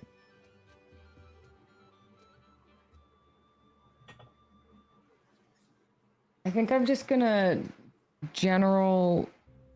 that's tough. I don't want to say general perception check, but I don't really have anything for it. Can I just stare at it longer to see if she changes or if she moves or if I can like figure out? You're staring at number 1, right? Yeah. What you said was a woman weeping, right? Yeah, she's just you just see like the quaking of her shoulders as she's crying. Right. But this doesn't change no matter how much longer you look at it. Can I reach out and try to touch the reflection? Yes. Fuck. Okay. I need you to roll me a dexterity saving throw. Fuck. I have disadvantage on dex. Hang on. Add another d20. Oh wait, you just said straight dex, right? Straight dexterity saving throw. Oh, my dex is not good.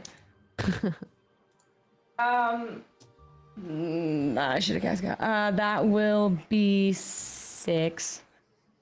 6. Okay, you take Nice. 7 psychic damage. Hey, team, don't touch. Maybe don't. She looked sad. I was gonna see if I could maybe heal her, but I just don't touch him, guys. And she's gonna like slide her back down because there's the pool like sitting up and kind of like sit down against it and rubbing her temples. There's like a little lip. It's almost like a well.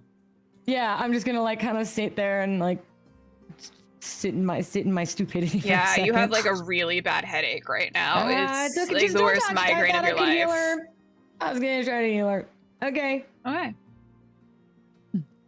What would everyone else like to do? Let me go up and look at the images in 3, 4, and 5. In 3, you look in this pool and everything looks pretty accurate to what you're looking at above, but as you sort of stare at it a little bit longer, it starts to swirl and swirl. And wow, that's actually really nice to look at.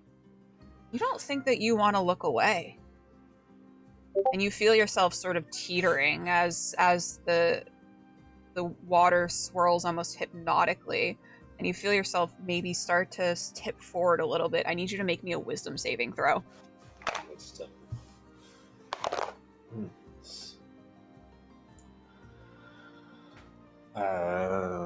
13.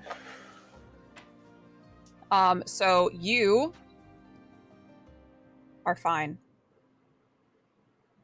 You kind of blink and shake your head, and the water kind of becomes normal again, but you're a little fearful of looking at it after whatever experience that was. But you know not to look at it for too long.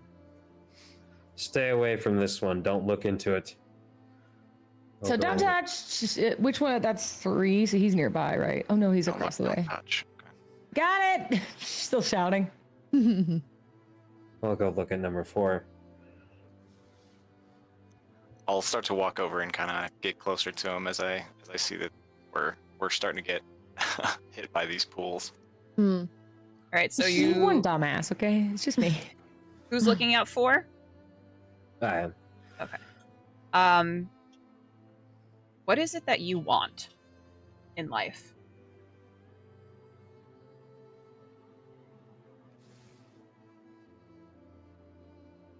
Your greatest desire.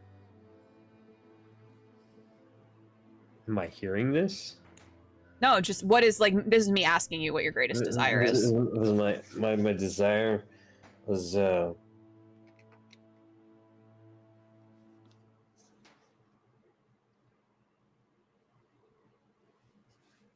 desire for justice. Ooh.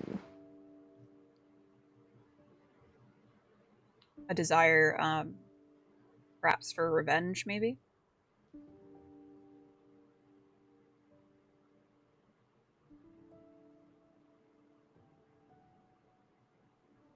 My desire is serve. I serve life. Revenge doesn't change that. You look into the pool and you see yourself. You don't see riches or money. You see yourself helping, making a better future for people. You see yourself aiding the sick, helping the poor. You see yourself defending those who are not able to defend themselves.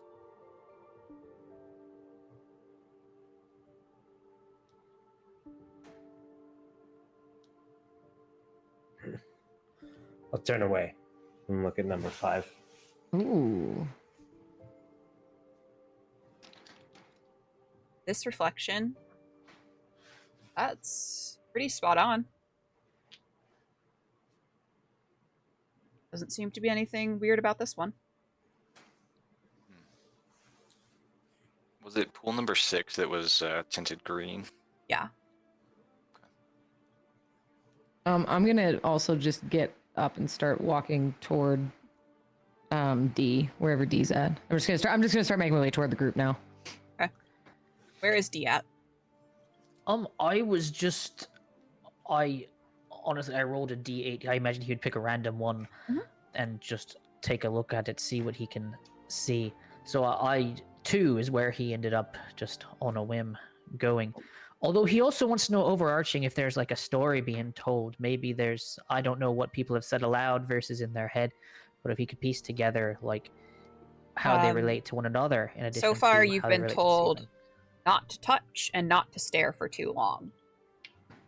Yeah. Alrighty, I'll go to 2 with those in mind. Hands behind me back. Yeah, when he gets there, I'm gonna like kind of start to get up, rubbing my head, and I'm gonna walk over to him, and I'm gonna, like, still kind of rubbing my head. I'm gonna like put my hand on his shoulder and be like, maybe you'll have better luck. And as I do that, I'm gonna give him guidance. Okay.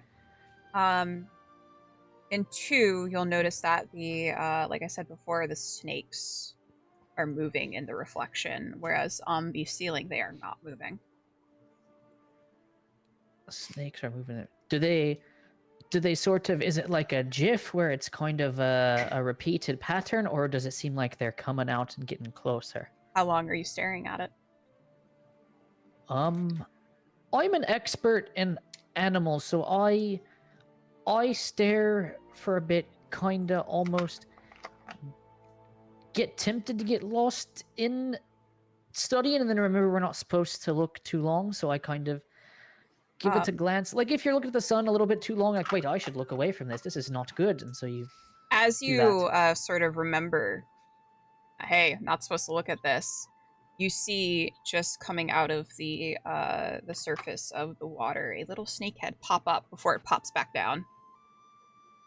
It would have bit you if you stared a little too long. Oh, there's a snake in this one. Can I? Did I I'll see try that? to. You would have Did she seen, see yeah. that? I'm gonna just kind of and like kind of get my shield up, but then kind of also stand behind him. Okay.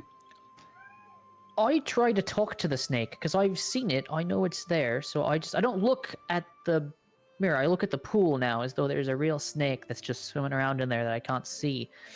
Like not looking into the water, just by the edge, kind of staring at where the head would pop up, and like just say, "Hello, I'm D. We mean you no harm." You hear a hiss as you see the little snake's head pop up. Be gone, you idiot! Why be gone? You're at the wrong pool. Oh, good advice. Hey, this pool tells me it's not the right one, so we can cross. So the first one, Number don't 2. touch. Two's not right. Did you ask it which one is the right one? Oh, good point. This is the brains of the group. Which one thought is it the was right me. pool? You ask which one is the right pool. I ask the snake which one the right pool is. It looks at you. Its little eyes are just staring at you, kind of thinking. It's like, do I want to help this idiot or no? And then it spits water out at you and ducks back underneath. I was gonna put a little flower on his head. Make friends. So I'm still standing at pool number 8. Pool number 8. Kind of look inside and see what's there. So this is another pool that it seems to be accurate in a representation. Okay. Sure. And you stare at it, nothing weird happens. Okay. All right.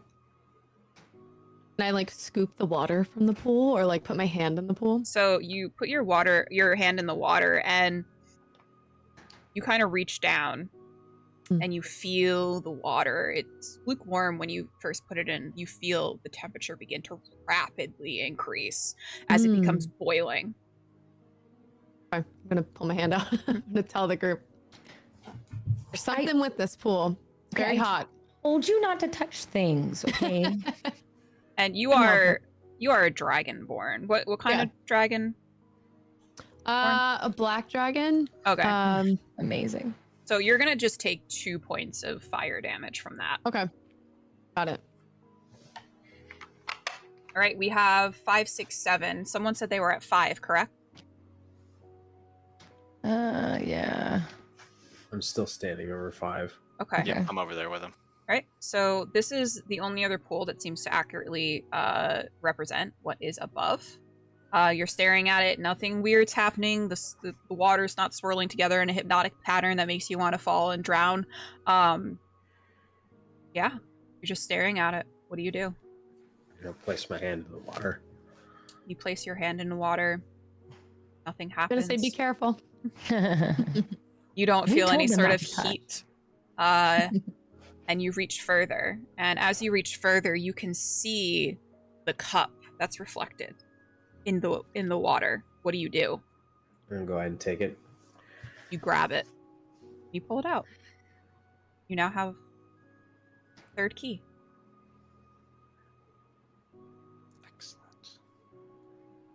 And I'm gonna turn to D. Wow, he's really smart. Wait, hold on. But the whole advice was to not touch it and Well, not you- look too that's long, your and he fault. did both of those things. No, see, okay, so my mom used to tell me to not give advice to people, and that's really on you for listening to me, okay? That's my bad. So where to next? And she like turns. okay. So you now have one mirror left to explore, but we are going to take a quick break because in an hour and 30. So we're going to take a quick break. We will be right back in 5 minutes. We're going to let everyone have a little bathroom break, get up and stretch, and we will see you guys in a little bit. Wait. Hear me? Excellent.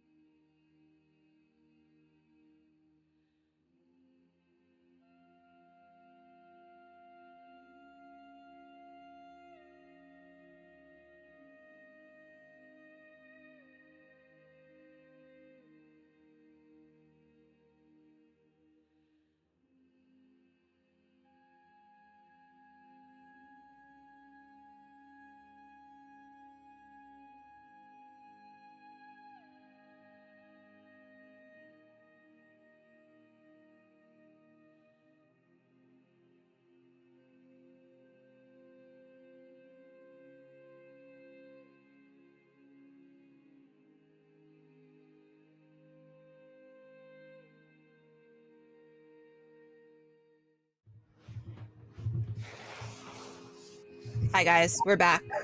And we have one more room to explore. The crematorium. Not I don't ominous know what at that all. means. I did have one question about the room with the mirrors. Yeah? Because we would have traced back through there. Was there like any sort of a label or name on the room or anything? Like, did we call that room? We have a name for all the other rooms. Was there a name for that room? The room Oh, you were the one just we were in? just in with the pools. The mirror room. The mirror room itself. Oh, the general No. room with all the Yes. No, so you had just gone down like a hallway, and that got smaller and smaller, and then you appeared in there, and it's just like a large, open, vaulted ceiling room with all of these mirrors every which way. Is there like any sort of blank space of wall? There are, yeah. It's, how big are you looking for? I just want to label the room. I feel like, you know, for any others who come through, just give it a name like the others have.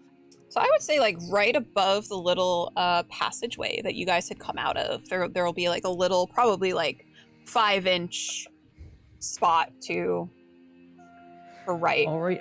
above it. All right, or Carvin or whatever. THE and then a space, and then MIRRORIAD.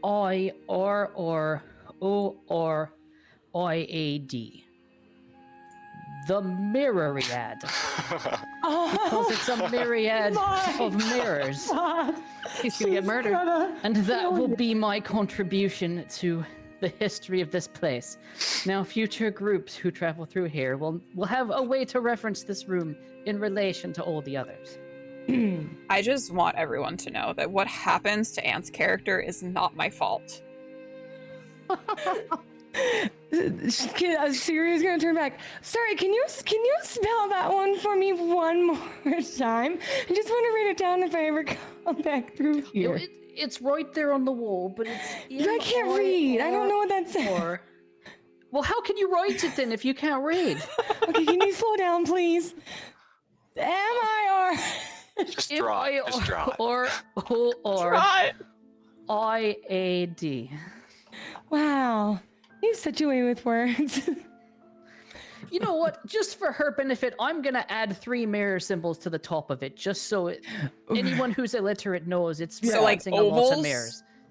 Sure, Okay. any mirror. Just so it's got the, you know, we're accessibility forward here. Okay. Do you want to add like Braille or anything? I'm adding flowers to it. Probably not enough time for that.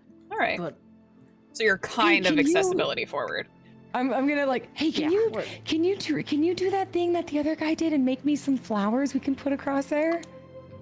She's gonna start putting flowers on the sign. I can make. I don't do flowers. I can make you some. I can make you something to enjoy the experience more. I'll just druid craft some little green nugget, shall we say, and just sort of hand her a little pipe that I keep on me and tell her to just go nuts. Oh no. Rollify. She's like, no thanks, I just want some flowers, and she's gonna start to skip away back to the Tria rest of said the no to drugs. and it was the dice, man. It was evens and odds. Sure, yeah. I That was just fire good. breathe the sign and like completely ruin it. Oh yeah, if that's what you want to do, hell yeah. Oh, that's so good. Yes. D turns his back and you just. Sorry, D. Hey, I worked hard on that. I'm sorry. Just wasn't in the right place. All right. Would we like to venture forth into the crematorium? I suppose. To the crematorium. As you enter the crematorium, it is the rotten smell that you notice first. The next is the heat. You look around you and see the walls lined with furnaces. Creatures, like fleshy amalgamations, with mismatched body parts that have been molded and sewn together, wander throughout. A few work the furnaces, keeping the coals hot and the flames stoked. Others are traipsing up and down the aisle, some bringing wood and coal to the ones that are working the furnaces, and others loading gurneys with blanket-covered bodies into the chamber inside the furnaces, incinerating the body and the blanket along with it. At the end of the room, you see perched on a mantle a long, gleaming sword. The light from the fire is reflecting off of it, and standing next to the mantle is a creature perhaps more grotesque than the fleshy amalgamations meandering around. It stands tall, despite this severe hunchback, its skin a shade of blue that reminds you of frostbite. The proportions are all wrong. Its arms are too large and hang down towards its knees, and its head too small against such a large frame. One eye is bulbous and jutting from its skull, and the other appears sunken back. Boils and tumors cover its body, and you think perhaps the stench emanating from the room isn't just the bodies being loaded into the chambers for cremation. Its sunken eye catches you, and a long clawed finger beckons you closer. As we're walking, I'm gonna start braiding a like flower tiara, like a lei, kind of. And then I don't know if I'm first necessarily, but I'm gonna, as we're walking in and I see this, eventually I'm gonna place it on the thing's head. On what thing's head? Didn't you say there was like a creepy one-eyed something? So it's beckoning you forward, and yeah, you go Yep. It I'm going stares at you, but doesn't comment on the flower crown. I'm just gonna go real slow, like maybe around the eye. Yeah. Is that it? I'm being very careful to not like touch its personal space. Have you dead to cremate? What? Have you dead to cremate? No, we're all very much alive. I'm so sorry to bother you about that. Its large, bulbous eye sort of squints at you. What business would you have in a crematorium if not to cremate your dead? I'm gonna like turn to the group. I don't know. Well, perhaps they're decoration. Am I allowed to use detect thought on this creature? Ooh, yes, Zora. Sure. Okay. What is it you are looking for? So with detect thought, you can skim surface level thoughts, but if you want something deeper, you're gonna it's gonna have to roll a wisdom saving throw. So what is it you're trying to determine from this? I guess I'm trying to determine its thoughts on the group, its perception of the group. It's curious. Okay. It seems it thinks not have had visitors in quite some time, especially live ones. Okay. Not regarding you in any sort of malice. Sure. Just curiosity. Okay. Fair.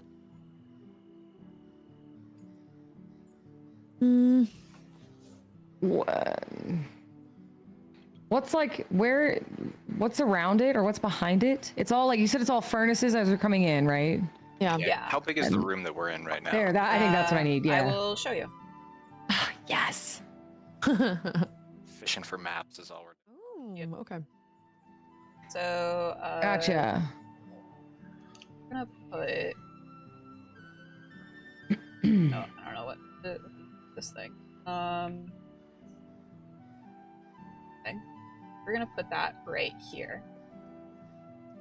Okay. So it's standing next to the mantle.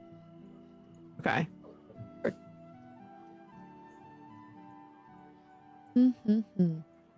And on the mantle, you do see the sword. Okay. Okay, and so like the flesh golems are kind of just shoveling bodies into these furnaces. Yeah, you see them milling about. There is a door that's sort of there's doors on either side of the mantle that lead elsewhere, and you imagine that's probably where a lot of like the waste is going. But they're like meandering about. They don't really seem to be paying you any mind either. They're just doing their job. I'm gonna back up away from the thing that's now wearing the flower tiara. I'm gonna make tokens for you guys. And that me? It's you. Oh my gosh! Look, a little tree. It's so cute. Oh, in your little book. Oh my gosh. Sorry. A little sorcerer book. It's a big book, okay? Aw. Here's D. Here. I believe. Barley. Oh, these are so Yeah. cute. Tycho. Long bottom leaf. Oh, I love that Tycho. It's a good one. Yes. You guys should be able to move your tokens around. Yeah, I can. I Yep. can. So yeah. just place Okay. yourselves where you would like to be as you're having this conversation. Yeah. So I do the thing. I put the little tiara on. Kind of start talking. And then as soon as we're done, I just kind of start to wander toward the. This looks well. That's. Those are the furnaces, and then you not see the great grates on the floor. spots here, you know. You see the grates on the gonna- floor, and there's like stuff bubbling up. Gross. I'm gonna just hang out. Maybe just like right here now instead. Is there a way to cast like a minor illusion to like distract this beast? Sure. Okay. What is it you want to cast? I think maybe a dead body, because that's what he's like seems to be most interested in, is like death and dead bodies. Maybe cast some sort of form that looks like a dead body, or an image Okay. of a dead body. Okay, where would you like to cast it? I'm gonna cast it like pretty close to like him. Okay, and it's just gonna be like one of the covered bodies. Yeah, Okay. like that. And then I'm gonna mhm. go ahead. I was gonna say once you cast it, it's almost like the body sort of falls to the ground in a thump. Okay. Alright. And the creature looks at it and approaches it. That's Okay. curious, and it sort of looks down, and it looks like it's about to go and touch the illusion. I believe minor illusion. If it touches it, it'll Yeah. know that it's Yeah. an illusion. How long have we been at this, by chance? What I'm wondering is if my pass without a trace from earlier is still up. I would say it's been Oh, about yeah. it's been probably within an hour, so the clock is ticking at this point. I guess I don't know if this is what she was after, but seeing the distraction, perhaps Yeah. I'll go and climb and try to get the sword down stealthily without being noticed. Mhm. Smart. Can I like make a perception check to see if I can figure out that's what he's doing? Because Sure. we would see him doing that, right? So I'm gonna have him roll a stealth, Oh, okay. and then if you guys want to roll a perception check, you'd have to beat his stealth in order to see what he's doing. I meant like if I can figure out what he's doing, I was gonna help with the distraction. Oh, Right. yeah. If he hasn't sort of told you guys that's what he's doing, Yeah. so do you go ahead and roll me a stealth check? Mm-hmm. I'm gonna guide myself, and I got a 1 for that. So actually, I'm gonna do the same. Do we all just have guidance? My stealth check was a 7, looks like. Yeah, it was a 7. Okay. Which, well, plus the 10, plus the 1 makes it an 8, plus the 10 makes it an 18, and then plus 1 from my own, so 19. total. 19. Okay.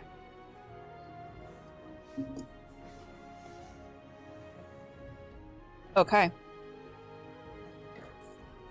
D, as you're kind of starting to creep around, the creature was beginning to bend to examine the body that Zora had placed in front of it with a minor illusion. And it doesn't move its body, but its entire head twists around to look at you. And where are you going? Oh, it's been so long since I've seen good metalwork. I wanted to take a look. All I've got are my own pieces. I just haven't had any sort of access to any weaponry armor at all since I left my home. The sword, that's what you desire.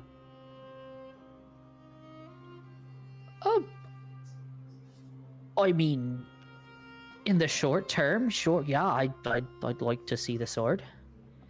Not inside of me, if that's like a trick. I want it, just. I could give it to you, of course, but we do like to strike deals here. Riddles and puzzles are the dealings of my siblings. Can I cast invisibility on myself while this is happening? Okay. How does trial by combat sound? I haven't committed any crimes, so I'm not sure why I'd be tried by combat. Not trial like a courtroom, you idiot.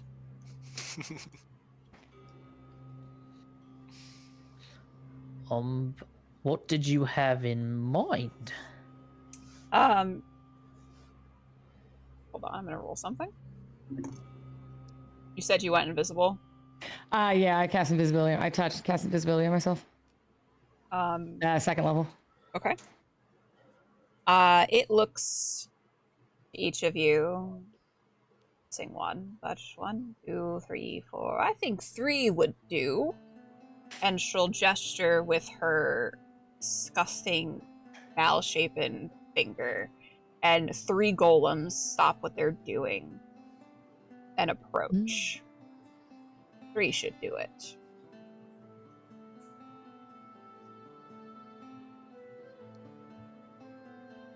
I don't know what she's doing. So she brought golems down. So 3 of the golems stopped what they were doing. They were loading the furnaces and stuff. They stopped what they were doing, and they have kind of surrounded the group a little bit, I would say.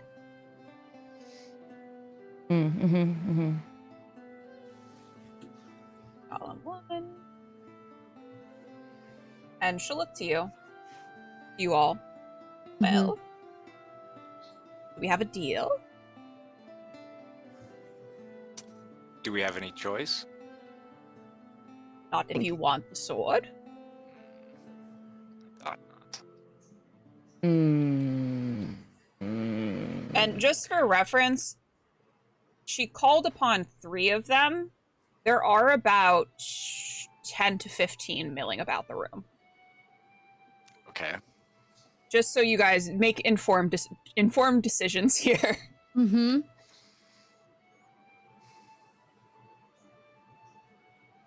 So if we kill your 3 champions, you'll give us the sword? No questions asked? Yes. That was the deal. Can we I huddle? am a woman of my word. Huddle. Can we huddle? Can we huddle? Can I insight check that? Yeah, I was gonna do the same. My insight's not. Well, my insight's great. What am I doing? Oh my god, I got a 26 on insight. Okay. 11. Okay. Anyone else? I'm very wise. 9. I got a 9. D, did you want to insight check or not? I was wondering, how close to the sword am I? Where you are is where you are. The sword is on the mantle of the Got it. fireplace. Okay. 10, 20, So, 30 feet. 3, it's only you who really knows. This creature, whatever it is, would like nothing more than to burn your body. So it's really hoping that you don't live through this combat. However, it will abide by the deal that you have struck if you do. Right. Okay. Before we strike the deal, could someone... Zora, you evaluated the keys earlier to to verify their integrity. Could you make sure that this is actually the key and not an imposter of some sort? Is that all right with you, my lady, hag person? Hello. Oh, Yes, you charmer. just- And she'll give you a little wink with her bulbous eye. We just want to make sure we're informed by the on this. Flower crown. She'll kind of gesture to Zora. Go ahead, Thea. Do I detect magic for that? You detect the same sort of aura that the other objects have. Okay. And it looks the same size as it should be to be placed into the door. All right. So I'm just going to verify that to the group. We're good to go. whatever we want to do. I think the only thing I can think of is like, it's silly, but the prestidigitation cantrip, I could make like a little spark or something that could distract them for like a hot second.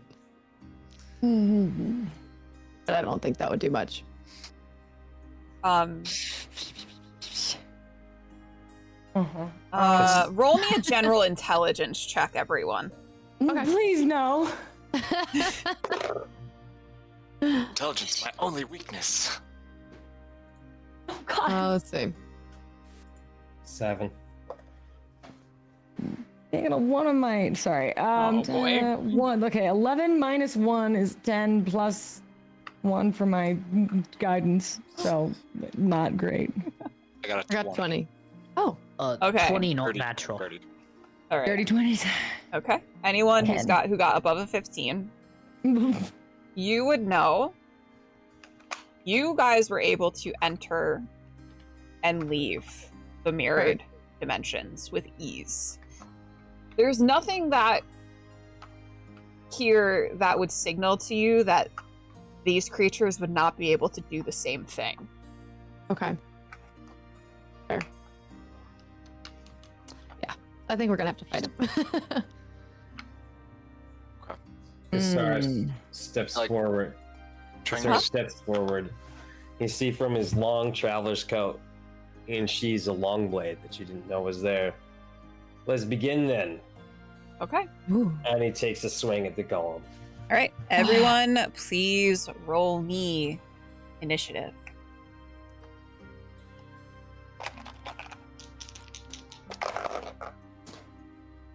And I will call out names. Although I think some of you guys it'll autofill for me. Oh shit.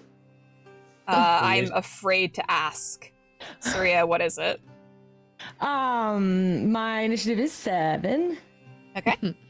because I have an advantage, but apparently also a -1, so 7. Cass, was that 12? 12. D? 19. Nice. Okay. Alright, and then let me roll for these guys. Yes, mother freaking combat. Combat. I don't think they have a plus to initiative. That's sad. I relate. Now, do I get an initial attack before combat? As I So You rolled you rolled fairly well. I'm gonna say yeah. Okay. This is a regular attack roll then.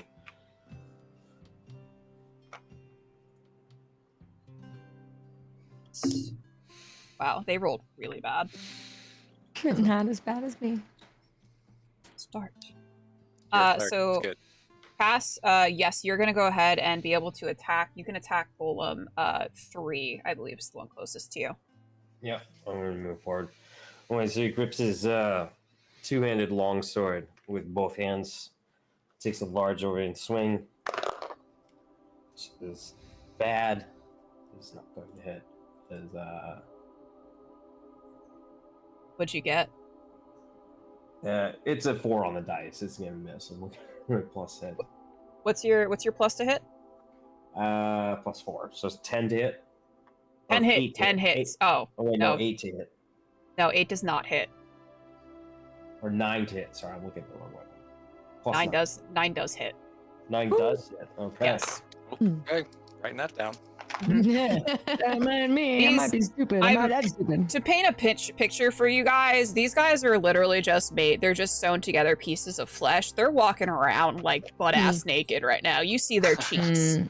Are they cute? Oh, do they need flowers? I could braid them something. For their cheeks.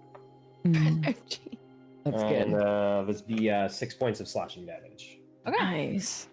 So let's see. And what is that blade made of? I'm gonna say steel. So you go to slash against it, and it's almost as though your metal isn't strong enough to cut through its flesh. And it kind of just leaves the bearish trace of a paper cut. It seems like it only took about half damage.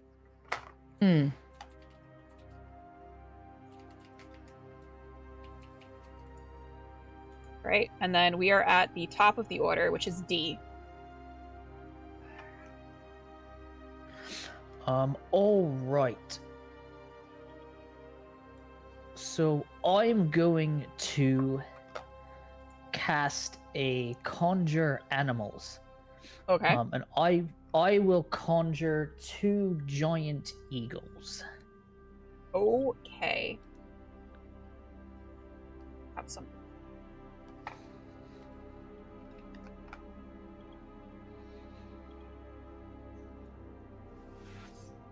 So giant as in they are giant? Like they're large creatures? Yes, large beast, neutral, good. That's just the creature's name is literally giant eagle. Okay. We're gonna do Eagle 1 and Eagle 2. And you can go ahead and place them wherever you want. Oh, nice. All right, let's go ahead. We'll just put them in the air above Golem. Was this 2 here? Yep. I guess I can zoom in. Yeah, Golem 2. Not gonna place them over the vent. Just gonna keep them out to the lair action there. I would never do that. That's evil. Mm. All right. Is that all you can do? Would you like to do anything else in your turn? Let me see.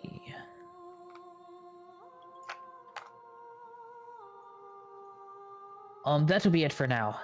Okay. How does initiative work with conjure animals again? Oh, that's a good question. I believe they share initiative, but do have their own that's separate from mine. But let me take a look and make sure that's correct.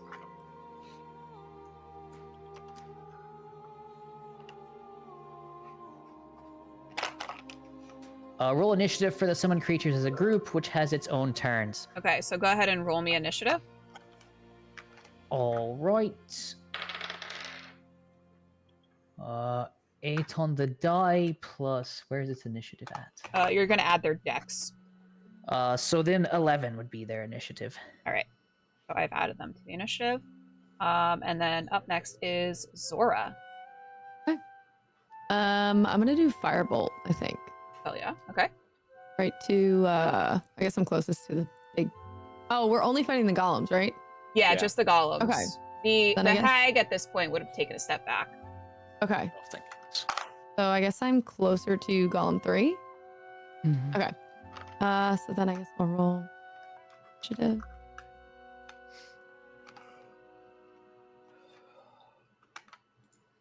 Dice takes forever here. Oh no. Ooh. All right, so I got 7. So a 7 will not. Wait, did they roll? What is Firebolt? Is Firebolt an attack? Yeah, it says Oh, okay. cantrip, a sorcerer. Yeah. Gotcha. Okay, yep. So a 7 will not hit them. Darn. Is there anything else you can do on your turn? I could do my breath weapon, apparently. Yeah, go for it. I don't really know how that works. It says 13 dex, so I guess I would roll a dex. So yeah, they actually have to roll a dex. Let me roll that Okay. for them. That is going to be a 10. Okay. So does that mean that the breath So weapon that- hit? That means the breath weapon hits. Okay, yes. so then I'll roll the damage. Yep. Okay, Nice. Breath. 2d6. Let's see. 5. 5. Okay. Nice. Yeah, that seemed to hit them. Okay, cool. Seemed to do the damage it was supposed to do, as it sort of it makes like a low guttural groan, but it still like seems like its body is like always in motion. Very weird. Yeah. And we are going to go to Tycho next. Tycho, excellent. I don't think I was fully prepared for combat, so I don't think I have my shield out, but Like donning your shield would be a free action. I'm not Free gonna. action. Oh, you Yeah, wouldn't charge me for it? Excellent. Such a nice DM. Exactly. I'll just put mine on Bargain. too. Actions come at a bargain. So I would love to do that. I'd love to pull my shield on, but I'm gonna have my my staff, which is also my my druid focus, on me. Mm-hmm. I'd like to cast Moonbeam at Ooh. At Golem 3. yes. Sorry, yeah, Golem 3. Okay. What is that an attack or do they have to make a save? That is a con save. Okay. Yeah, con save. Uh, DC that- 16. 14 on the die. So 11 damage, and I believe game caps is Sorry, what was that? Moonbeam is radiant damage. Yep. Yeah, that also, that hits, that stings as it kind of and reels back away from.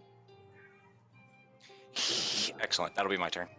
I'm gonna put this is not gonna be petrified, it's gonna actually be the Moonbeam, but we're gonna pretend that it's and that's your turn? Yes, that'll be my turn. Actually, I'm gonna take a step back towards the well a little bit and just call it there. Cass, it's your turn. Oh, I look at the golem. I'll raise my left hand, and as you see a series of dots of light seem to materialize above his head and coalesce into a single orb and streak downward. I need him to make a DC 14 Dex save as I cast Sacred Flame. Ooh, nice. That is a 6. Fails that. Here, roll for damage.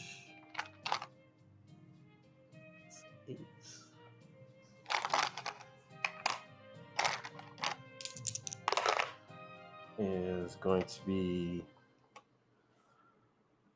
15 plus. Is it plus spell mod as well? Let's see. No, it's just. So there's 13 points of radiant damage. Nice. Yeah, this thing is it's starting to look a little rough.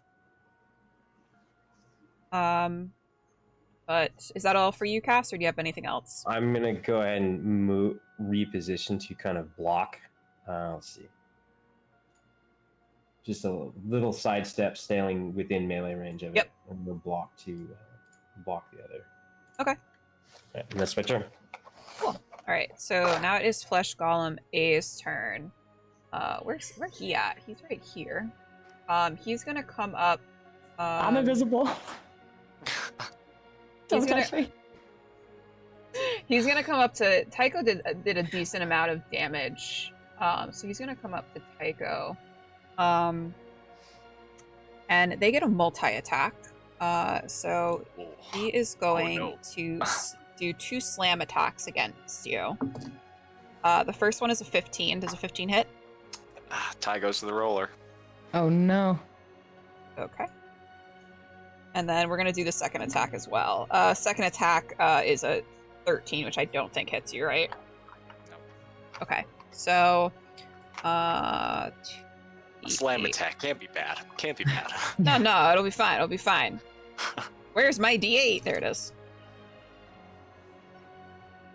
So that's going to be 11 points of bludgeoning damage. Okay.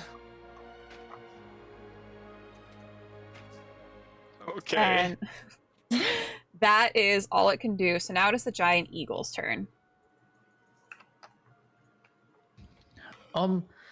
Yeah, so a few questions. How heavy are the golems? Or how heavy do They are they're medium creatures. So they're not large, so I would say they're probably about 300 pounds. How high is the ceiling? Ceiling's about 20 feet up. How sturdy do the grates look? Pretty sturdy, because they you see below the grates. There's like molten lava bubbling. Okay.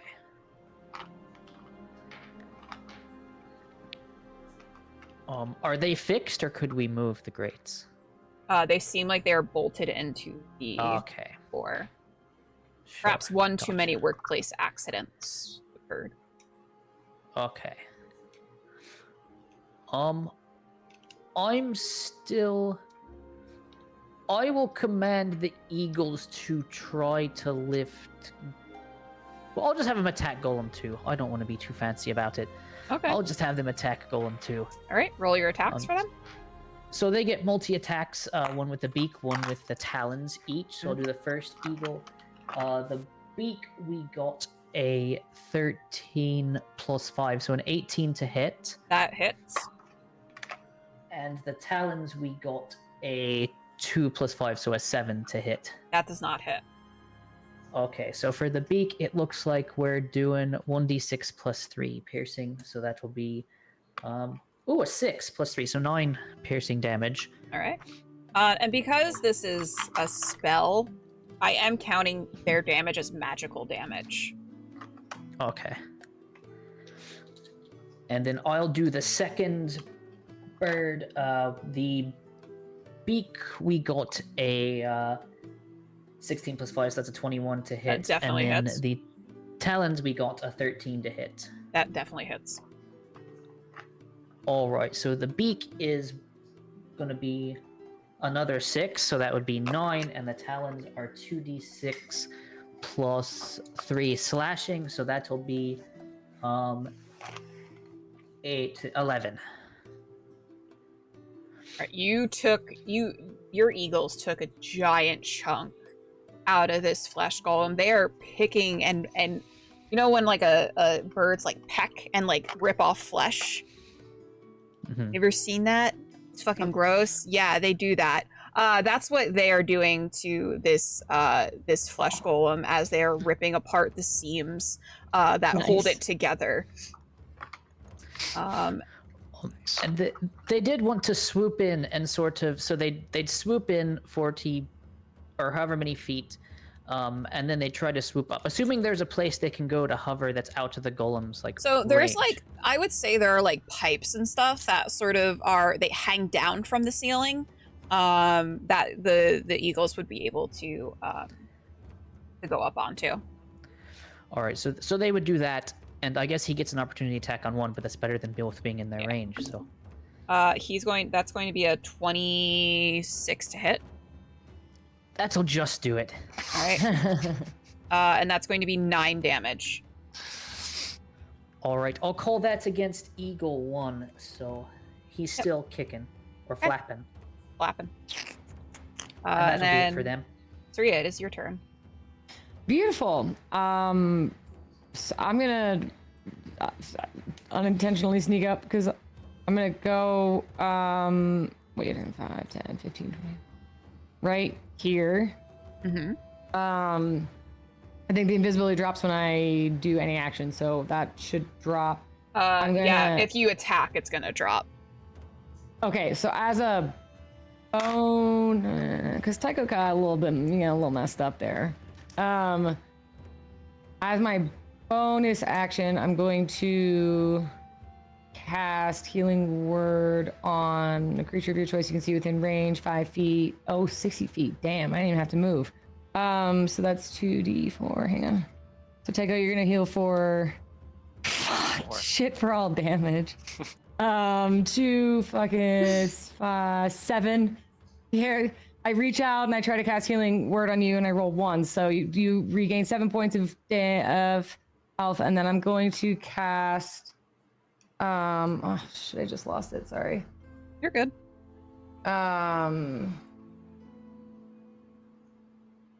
No, sorry. I'm going to cast creature your choice. You can see. I'm going to cast Word of Radiance at this golem in front of me. Okay. At I don't know. Just yeah. That's You have just to make a save. Sorry. Each you can see within range must make a Constitution saving throw. Okay. And I'm going to cast it at. Oh, I only have. I'll just cast it at first 5th level. Sorry. That's going to be Yes. 8 save, so they fail. They fail, so that's gonna be. I'm so bad at spellcasters. 1d6, 2d6. Shit. 2d6 damage. Oh, so much better. 10. 10. Okay. It like hisses as it. This radiant damage is awful. It like sizzles its flesh, worse than you think like fire damage would, and you see it like almost begins to spread on its chest as you cast Word of Radiance. Yeah. Is that all for you? That is my turn. Right. We are on Flesh Golem 2. It looks up at the eagles, and it looks down and it picks up some rocks and starts throwing rocks at the eagles. Because it can't actually reach them. And it's also a little too stupid to know to go and engage with other people. So I'm going to do 7 plus there. So does an 11 hit the eagle? No, AC of 13. All right. And then it's going to try again. That is 14 plus 4, so 18. That does hit. And that's going to do 4 bludgeoning damage to Eagle 2. Eagle 2, all right. Yep. And it seems to just be like, it's like groaning, like, and from what you can like make out of it, it's like, come down here. Like, get down here. Stop being up there where I can't reach you. And now it is Flesh Golem 3. That's the one under the moonbeam. So he's going to square up on you, Cass, and he's going to try to slam you. I don't think that's going to hit you. That's a 15. That hits. That does hit? Okay. So that's going to be 13 damage. And then the second attack, it's going to bring 1 fist down and then another. That is definitely not going to hit. That's a 11. Yeah, that misses. Yep. So it brings the 1 fist down, and then it kind of overswings on the second one, kind of just hitting right next to the ground next to you. And then we are back up at the top of the order with D. All right.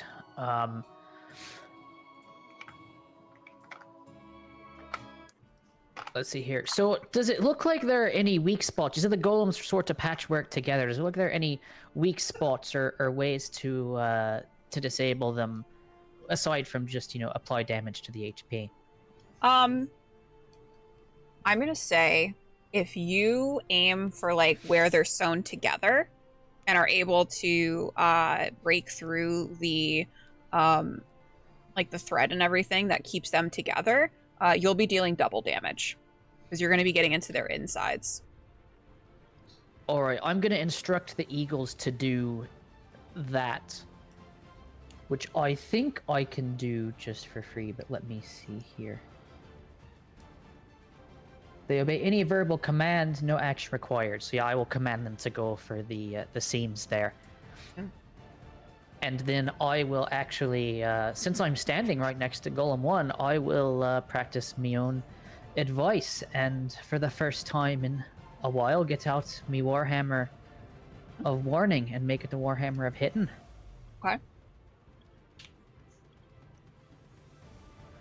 That'll be a 19 plus 25 to hit with my Warhammer o That Hitting. certainly hits. That'll be 1d8, which is 7 plus 3, so 10 damage to Golem 1. And I was targeting the seams. I don't know if that raises the AC on that or how that works. So that's Golem. Golem 1 is where I am. Golem 1. Okay. So you attack, and as you attack, because you're doing bludgeoning damage, and is your hammer made of adamantine?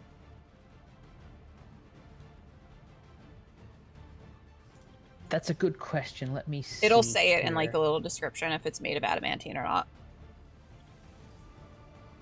Does not look like it. Okay. So because your weapon is not made of a special metal, it looks like the golem only takes about half damage, despite the fact that you're trying to aim at its seams. But you are aiming at its seams with a blunt weapon, so... Fair. Makes sense. Is that all for you, D? Yeah, that'll be it for me. Okay. We have Zora up next. Okay. So I'm gonna go ahead and I guess I'll go to attack Golem 2. Okay.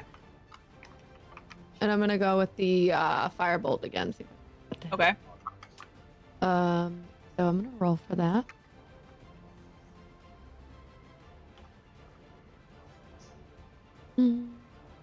Got a 1, so that's looking good. You're not having good rolls tonight. No, so Do you that's a wanna 3 total. can you do your breath weapon again? I think I can, yeah. So you roll a dexterity. Not great. Oh god. That's gonna be 9. Okay, so then if 13 was the dex for that, so then it hits. And a 6 damage. We're gonna 6. All right. We have up next Tycho. Excellent. Tycho, what is he gonna do? I think first I'm gonna use my bonus action to turn invisible with my racial hidden step ability. Firbolgs are kind of like chameleons, so he's gonna go chameleon-like and just kind of slink away from the golem and try not to trigger an opportunity attack. Okay. It might can't just give him see disadvantage. you. Yeah. I'm gonna say it's stupid. It cannot see you. It, for all it knows, is you just blanked out of existence. Nice. Okay. So Great. it's Soraya it's was not kind of gonna. like Yeah. right up in there as well. Okay. So one person pops into existence with Soraya, and then I just kind of like pop out of existence. Really. Excellent. And then I'm actually gonna move my moonbeam over to Golem 1 and have him take some damage. Okay. So that's a con save.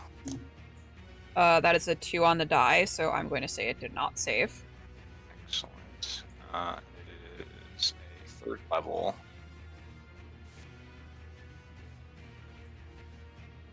24 points of radiant damage.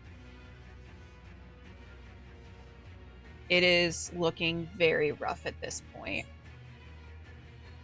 I'd love to see that. I think that'll be the end of my turn. Okay.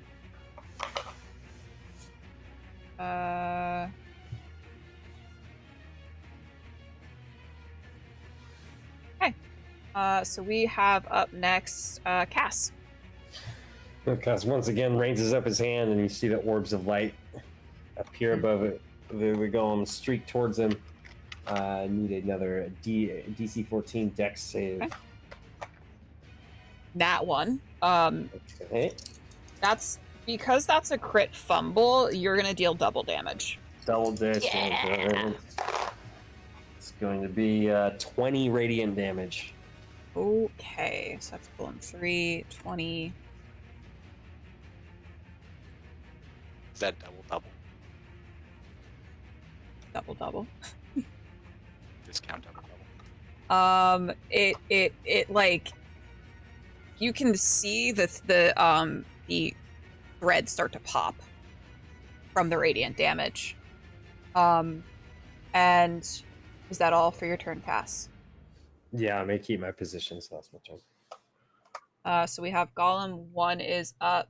And Soraya, you are currently in view, correct?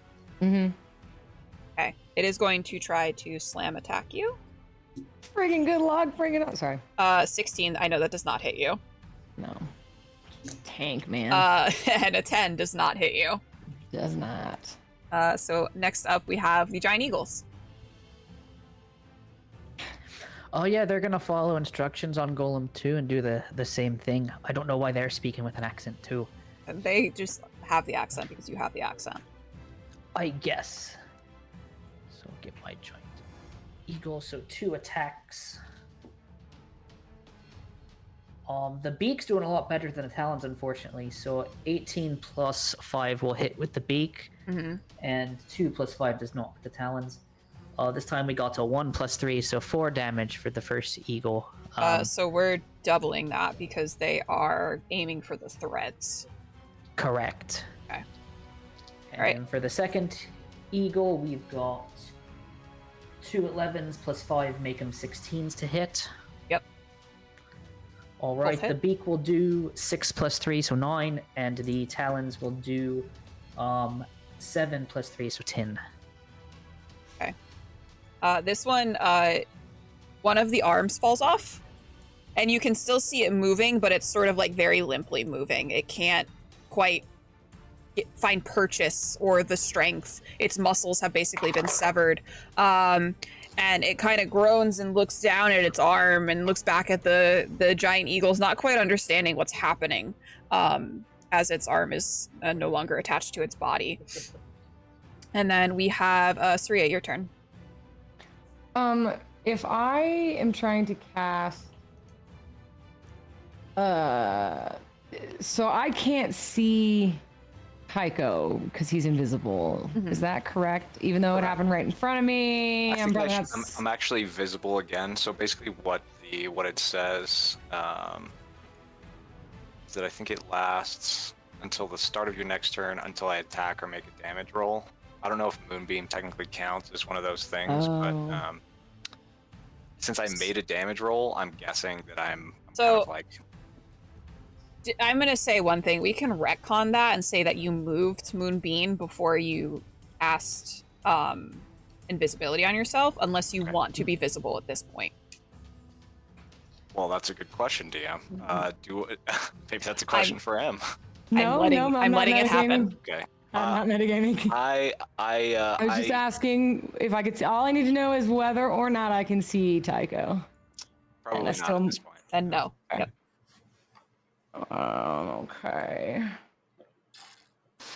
I am gonna.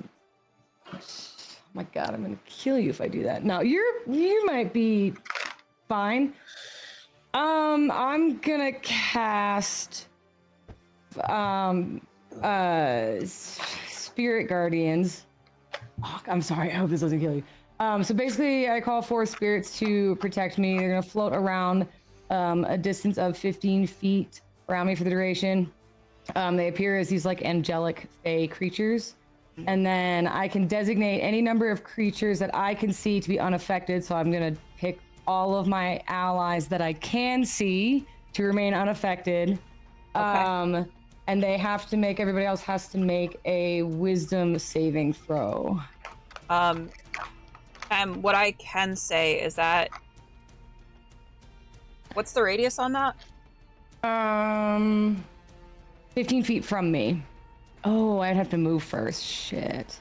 You could. You might take an op attack from. That's okay. Can I get 2 of them in that at 15 if I move like 5, 10? Let's see. Hold on.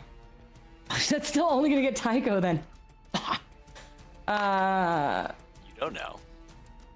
Yeah, give me a 15 foot. It's 15 feet. That's ominous. 15-foot radius? Call that for. That would be 30. Yeah, 15-foot radius. Yes. Self Okay. 15-foot radius. Okay. So would it be 30 feet around you? Oh yeah. Okay. So let me see if I can then center myself. Can I get like? Oh shit. Sorry. Yeah. Can I get almost all of them if I move? I don't know if I have that much movement. No, not quite. No, if you like almost where Zora's at. Yeah, if you move right where Zora let me is. see, I started here. So that's 5, 10, 15. Take the op shot from the one. I could get at least 2 of them in there. Did you draw that circle? That was so clever of you. Oh, I don't know what I just drew. Okay. I think I just. Okay, so I can get all 3 of them. Did I get close? I can get 2. You get 2, which is good. That's fine. Yeah, that's totally fine. All right. So I'm gonna call. So I'll move. So let's roll the op shot because I would have moved first, I guess. Yep. They didn't hit you. Tank man. Cool. So now I'm gonna call out that Zora and Kassarris and Cass don't get affected, and they have to make a DC Wisdom save of 17 or higher. Okay. Do they have to make it on the start of their turn, or does it immediately affect them? When you cast a spell, an affected creature's means have to meet. Oh, their creatures have for the first time. Wait, sorry. When a creature enters the area for the first time on a turn or start its turn. Okay, so the start. Okay, of its so turn. it'll start It when must we go make to a it. Wisdom saving throw, and on a failed, it takes. On a save, it still takes half. Okay. Okay. So I'm gonna do that. All right. There you Well, go. good thing that it's 2 is going to move towards Zora. Wait, Okay. did the eagles fly back up, Ant? Or is Ant not there anymore? Oh yeah, Eagles would have flown, but I'm still here. Eagles would have okay. flown back up. Yeah, so the golem's gonna move towards Zora, sort of just like lumbering, and it's going to try to swing on Zora, but it's only gonna get 1 attack because one of its arms fell off. Okay. And that's going to be a 10 to hit. 10 does not hit. All right, so it's just like very weakly, like it doesn't. The fight is gone at this point as it tries to hit at you, and it also moves into the area because it's stupid. So it's going to make a Wisdom saving throw, and that is a 13. So how much damage is that, Em?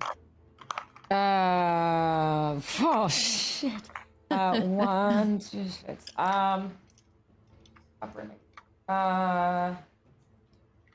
Sorry. It was like all ready for this, and then I'm not. 8. 15 points of radiant damage. So as your little angelic fairies, how do they attack? So it's just it just kind of specifies on a failed save the creature takes radiant damage because I am good or neutral from an angelic spirit is what they're calling it. Just an angelic spirit. I don't know. I'm gonna imagine that these little angelic spirits probably have serrated teeth. As they go and they start to pick off the flesh of the golem, reducing it down even further as it crumbles, and it's sort of almost like the flesh melts in on itself as the flesh golem dies, and all that's left is just a almost like a puddle of ooze of intestines and blood and viscera. And that is all she wrote for Flesh Golem B. Flesh Golem C has to make a saving throw. It's a saving throw. That was a nat 1. Oh god, yes, I crit! Okay, hold on. I need what I just rolled it and I set it back down. 8. Okay, 1, 3. Okay. 6, 9. So 26 points of radiant damage. Wait, do I crit because he nat 1? I'm gonna say yeah because I rule crits that way. In fumbles. Because if not, it's just half. The voracious little beasts that are your spirit guardians were not satisfied with 1. They crave more. They crave more flesh. You've done something. Something's wrong with these things. As they go and they start to strip the flesh from Flesh Golem 3. And it's trying so desperately to swat these things away from it. And every time it goes to swat, they take off a finger. It strips through the flesh on its wrist, and his hand falls off until there is absolutely nothing left. And both Golem 2 and 3 are now dead. They're so angelic. Oh my god, these are my friends, everyone. I'll introduce you all later. We are back up to top of the order, D. So where is my token?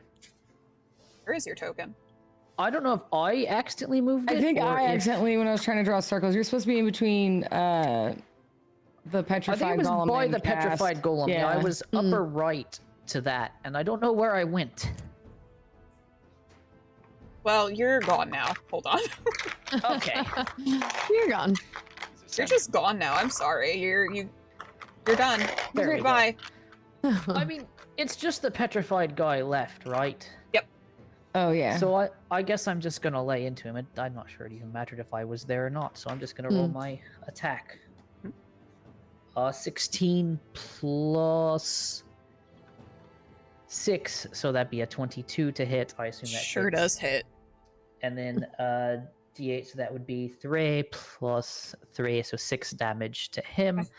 And I'll tell my eagles to attack this guy because he's the one still there. Zora. Finish him. Yeah, I know, right? I'm gonna try. I'm gonna keep going with Firebolt. It's not hit once, but I'm gonna keep trying. All right, so I'm gonna roll him. Please God. I get a 1 again. I'm gonna literally rage quit.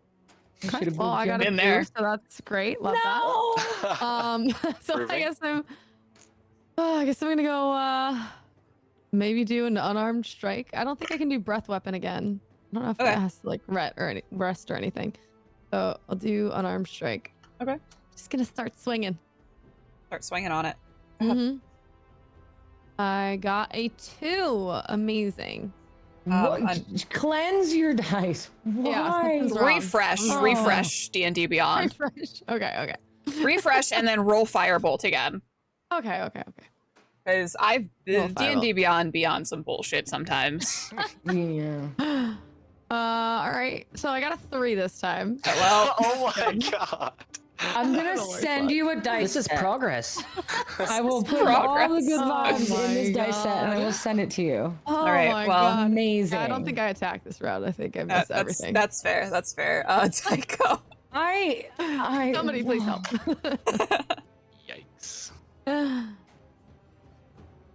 Okay. Tycho's turn. Save me, Tycho. Tycho's turn. All right, so my invisibility kind of just poofs back off. So Tycho just kind of reappears on the outside of the swirling angels of death. They're not death. They're angelic. And to try and finish this guy off, or maybe at least help the next person get one of these things going, I'm gonna cast Guiding Bolt on this guy. All right. It will be at. Sorry. I think that's a spell attack. Should be a spell attack, yeah. Yes.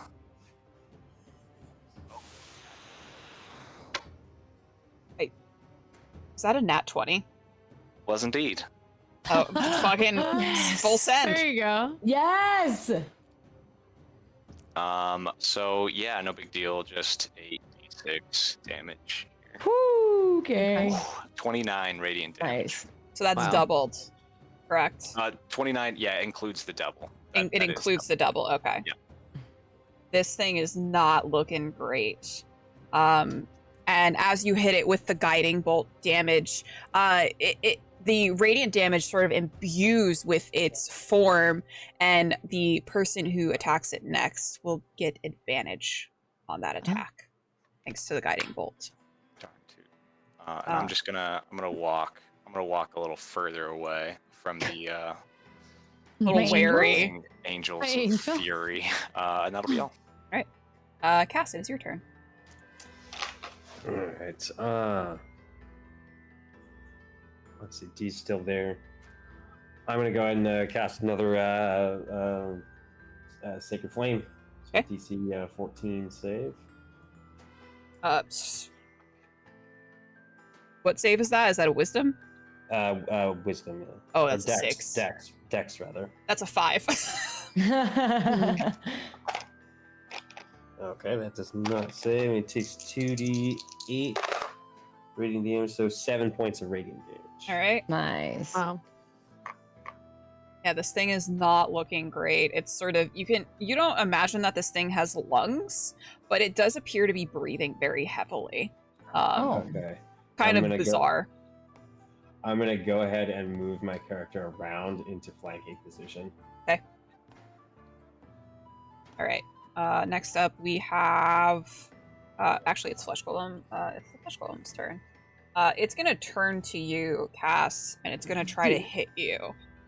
Make its wisdom save first. Oh, it does have to make its wisdom save. Yeah, it does. That's an 18, Oh no! but it still takes half damage. Does it do that for Moonbeam as well?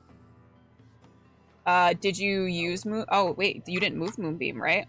I did not move it, and I'm still concentrating. Okay. So what was the damage on that? 16. Okay. Oh, half to 8. So 8. Sorry. And what is the damage on Moonbeam? Rolling 20. This thing did not stand a chance against the double whammy of the angelic nightmare creatures and the Moonbeam. And instead of crumpling to like the gross fleshy amalgamation that it is, it just disintegrates, leaving nothing but a speck of dust behind. A smudge on the floor. Yep. Yikes. And we are out of combat. Yay! You hear golf clapping coming from the hag. Oh, that was quite delightful to watch. That was very nice. Good job, team. Thank you. Good try. Is she still wearing her flower crown? Oh yeah, she's kind of into it, honestly. Cool. All right. Cool. She, Cool. you imagine that that's going to stay there for the rest of the eternity. Yeah. Okay, I like it. As promised, please take the sword. I'm gonna walk over. Oh yeah, say. No, you got it. You got it. I'm gonna go walk over and grab the sword. Okay, nothing happens. You grab the sword. I'm gonna hand it to Zora because I believe you have all the other ones, right? I think I just have the wand. Oh, There's a coin and a cup. and a cup. Mm-hmm. I have Um, the coin, and Kassarris has the cup. Okay. okay. I have the wand. I'm gonna. While they're doing this, I'm gonna walk towards the entrance, and several far away, subtly. I will going to cast Cure Wounds at level 1 on myself. But can I roll sleight of hand to see that no one else sees it? You can. Oh, I'm perceptive as fuck, oh boy. It's a natural 20. Okay, well, Damn. Okay. Cass, if you want to describe how it is that your magic works as you cast Cure Wounds on yourself. Ooh. Well, as no one else can see it, with his back turned, is a kind of golden light surrounds his left hand as he just touches his own chest, and the light shimmers and just absorbs into his chest. And you feel it just into you. And the heals for, let's see.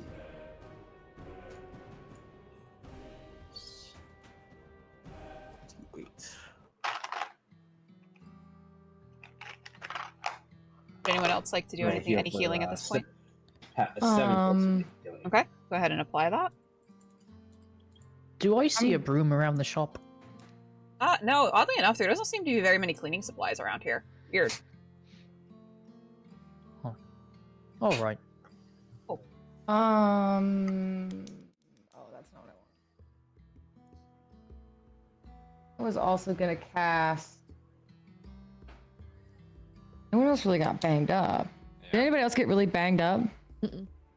Can I look around and kind of see if as they're kind of burning these corpses, is there anything like of value in the pile of ashes or kind of refuse, like the remains of the Go ahead and roll me an investigation check. grossest investigation check? Yeah. I'm gonna guide Well, myself. it's mostly just ash of human corpse. It's not actually like human corpse. Could be worse. Could be worse. A 9. You're sort of digging around. What is that? and you kind of flip through the ashes, and you come out with a little vial of red liquid. Little healing potion. Just normal healing potion. I'll take it.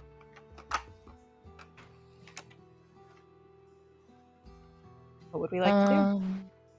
I'm gonna take the sword. I did cast a cure wounds on myself, and then I'm gonna take the sword over to D. And I'm just gonna say, I'm not great with like swords. Is it like the size of an actual sword? Or is it more like an artifact? It's like a short sword almost, so it's probably about like this big. Okay. It seems like it was probably like a short sword for a smaller person. I'm just gonna hand this to D and be like, I don't know, it's just not something I am comfortable holding. So here, and I'm just gonna like hand it to him.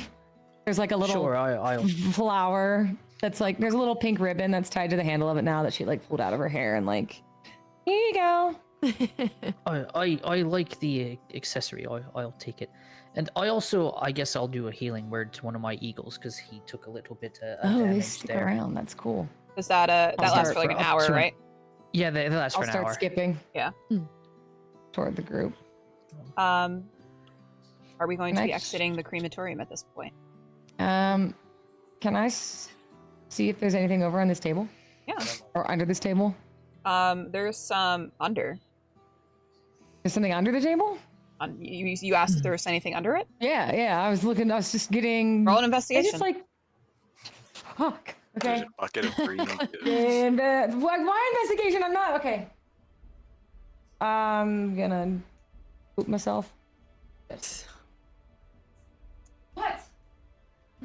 10. Okay, hold on. Damn. 1 second, please. Not perception. I'm very perceptive. Very smart. You're looking for something. Mm-hmm. Correct. As long as it's not stealth, man. You find another potion of healing. Nice. Cool. And then I guess I'll start to make my way, with the group, and then I'm gonna actually go up to this smashed table and like look around it, but not like super in depth because I'm distracted because my friends are here. So Yeah, there's nothing enouging nothing else really No shinies? around here. No, I mean, the fact that you guys found healing potions is kind of crazy. You imagine that they probably pick the bodies clean. You actually kind of thinking like, if the healing potions were in a pile of ashes, perhaps they were in the body. That's a weird way to carry things around, but you know, what works. And at this point, I think we can go ahead and take our final break before we head into the repository. Okay. So we'll take a quick little 5-minute break, and we will be back. Oh, sweet. Bye.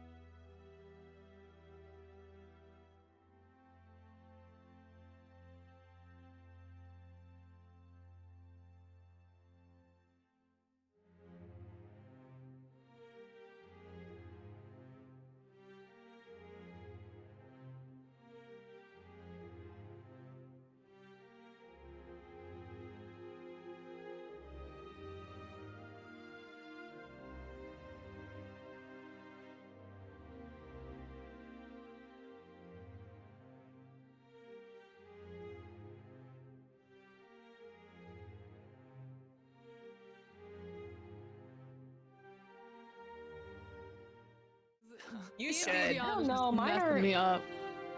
Mine aren't very nice to me right now either. Yeah. I'll take it out. If D&D starts being bad again, I'll just use one of my dice. All right, guys. You are now standing in front of the mirror for the repository. Unlike the other mirrors around, you note that this mirror is dull. Like you can't see a reflection in or out. Whereas with the other mirrors, you could see kind of what you were going into. Is this the same? Is this the same way we came in? You're standing in front of you're in the room of mirrors right now. Yes, so we left the crematorium. Myriad. Yeah. The mirror. Okay. The mirror. Okay. Yes, the mirror. Mirror, yeah. mirror, yeah. Did we leave D behind? Who's behind us? Thin fucking ice. No, I'm here. Although I do want to say, when I was healing my eagle, it's important to me for people to know that I was singing an old battle hymn I heard on the road. Fly, eagles, fly. Oh my god, we on the can't road sing that to anymore. victory. I know. Oh, you gotta name Okay. your eagles now. Hmm. How about Tampa and Bay? Oh God. Jason and Kelsey. There you go. I like that. Sure. Yeah, Jason and Kelsey. Awesome. All right. What would you like to do? You're standing in front of the repository mirror. You see the indentations for where you're supposed to sort of slot these items in that you've gotten. Hmm. I'm gonna put the item. I guess I'll yeah. start walking towards the keyhole with my coin, the pentacle coin. And It's kinda almost slot like magnetized, almost the way that as you go to put the you have the pentacle, right? You put the pentacle in it right into the slot with like little to no effort. Okay. I'm gonna reach out. Let's see, Zora, you already did yours, and I'm gonna reach out just to be preemptive and touch Cassius and boop him for guidance because I'm scared something's gonna happen. So Shock, you can, before my spell ends, you can add an extra D4 to one ability check of your choice. Okay. Boop. I'm just gonna lean forward and be like, kind of touch him on the shoulder. Maybe like take a little pink bow and tie it to his little like, just like. this is the one time you're not gonna give someone a flower. No, I'm good. I got pink ribbons. I can't make them as fast as you, Druid. And it's just gonna start. Like she has like a whole thing of ribbons now. Everybody, like you notice, there's like small little like silk pink ribbons that are on things. They're like little. Does she have just makeshift like the flowers and bows. spool like attached to her belt that she kind of like? Yeah. Like She's that. like, so as she's taking this little ribbon onto the shoulder of Kassarris, she boops him and gives him guidance because she's afraid something's gonna happen. And I don't have one of them, so Why would anything bad happen? I don't Zora know. just glances over and then goes and places the cup into its place. Again, it like magnet zoom, right into the spot. And then Zora, you did the same as well, right? Yeah. And I believe D has the sword. I do. I insert the sword as well. D, as you insert the sword in, you hear a very distinct hum of magic. And you all are magic users, so you know that everyone's magic has a very distinct flavor to it. It like melts into the tip of your tongue. When you all were casting all of the spells before during battle, it was like an entire array, just like an assault to your taste buds. And now it's like ash in your mouth. This is this type of magic is something that you haven't really encountered before, as the magic mirror hums to life. And it like a zoom, it goes up. The image you can see now as the mirror activates. You can look in and you see books and shelves. The repository is now open for you all.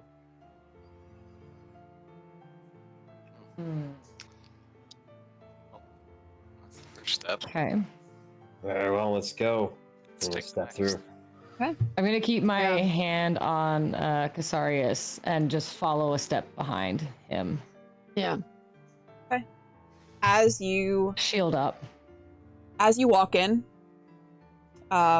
Every which way you turn, there are shelves upon shelves of books and tomes and scrolls. The smell of parchment and mothballs is refreshing after the smell of rotten corpses in the crematorium. You're looking around and you're not quite sure where to go, but there's almost this sense, this urge to keep moving forward. What would you like to do? Can I make a survival check to see if I have like any intuition as to what way? Well, I guess there's only one way to go, right? So this is like, actually, let me show you. Yes! I love maps. So this isn't She's a got the super best. exciting map, but it is.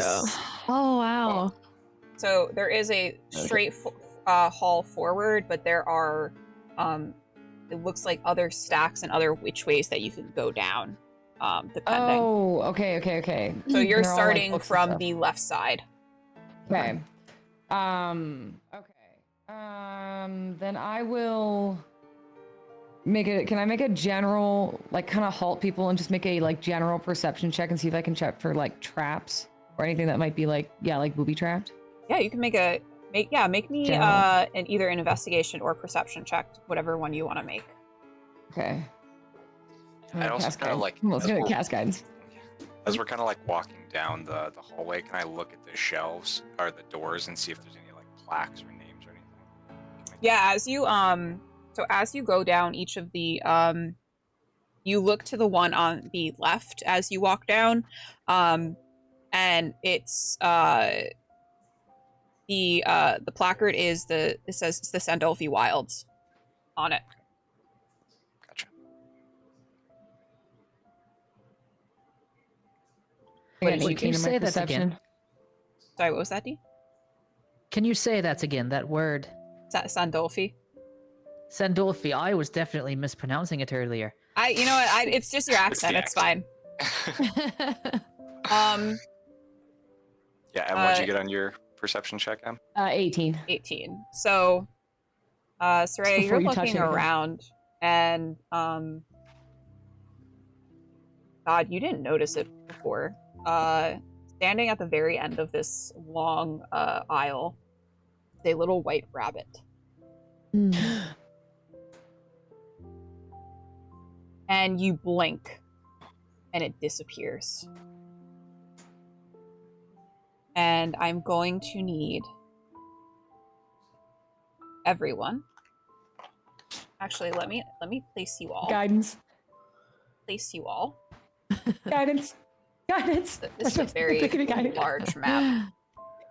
Was Saria correct? I was behind. Yes, I was behind Kassarris. I keep saying your name wrong, Shock. Sorry. With my hand. Sure. Cass is for short. Yeah, I was right behind him. I don't know who was I don't know who was behind me. Here we go. So I would have been in front of them. Yeah. Just right in front of me. Yeah, feel free to place yourselves wherever you want. C and D right in the front there, looking good, Aunt. I like it.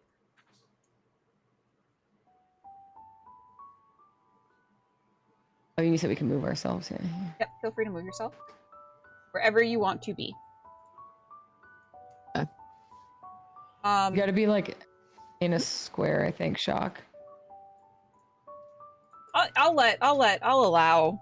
I'm not like a stickler for that, so I'll allow it. But yeah, please make me a perception check. Everyone again? Mm-hmm.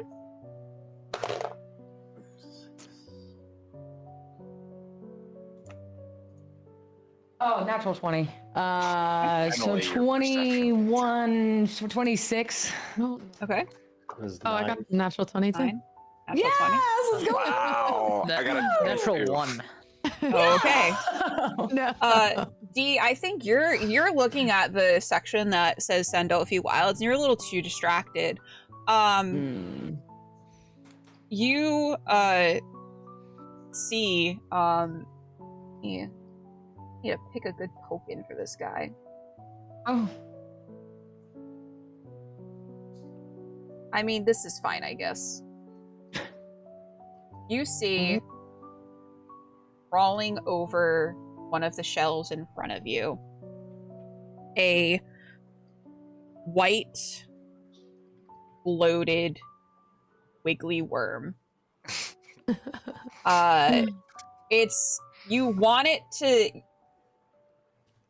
You want to think it's cute, but it is actually quite a monstrosity as its mandibles But it are is sort of cute. snapping at you. You think tiara? I can start. No, okay. And it's despite, and it has like a really bloated abdomen, and it's got 6 tiny little legs, and you're not quite sure how they're finding purchase on the shelf as it comes up over it. And everyone can now roll initiative. Oh.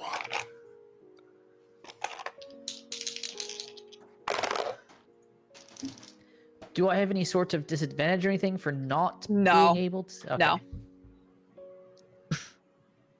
Is 15? Is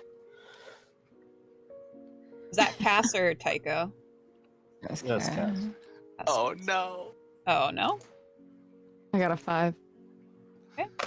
Zora, those dice. I know. I'm gonna use the ones I have here.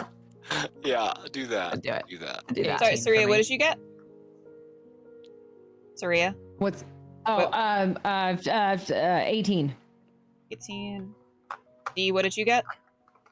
Also 18. Tycho, what'd you get? You can go. You 13. can go first, D. 13. And Zora, what did you get? 5? We gotta I do know. something about those dice. Okay. Oh, I have. I got you. I got you. I feel like it's C before D. Mm-hmm. No, it's okay. I'm. Soraya and D, who has the higher dex? Dex, not me. My dex I've got a is- +1 or 12 My for Dex. dex is -1. Okay. Okay, so D is gonna I was go wrong. first. So let me change that up. How long has it been since our last encounter? Because No, White yeah. Eagles would have still followed me here. if They're chilling. Ooh. Roger that. Let So me they see. need an init as well.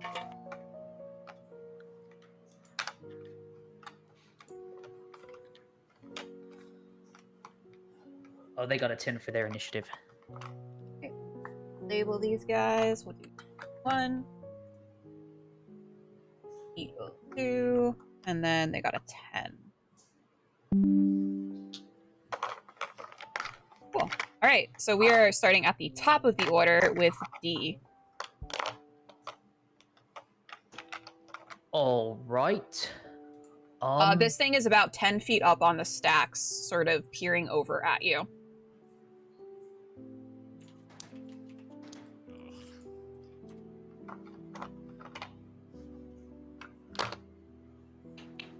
Well, I guess it looks very clearly evil, right? There's not like, oh, what is this? I'm curious.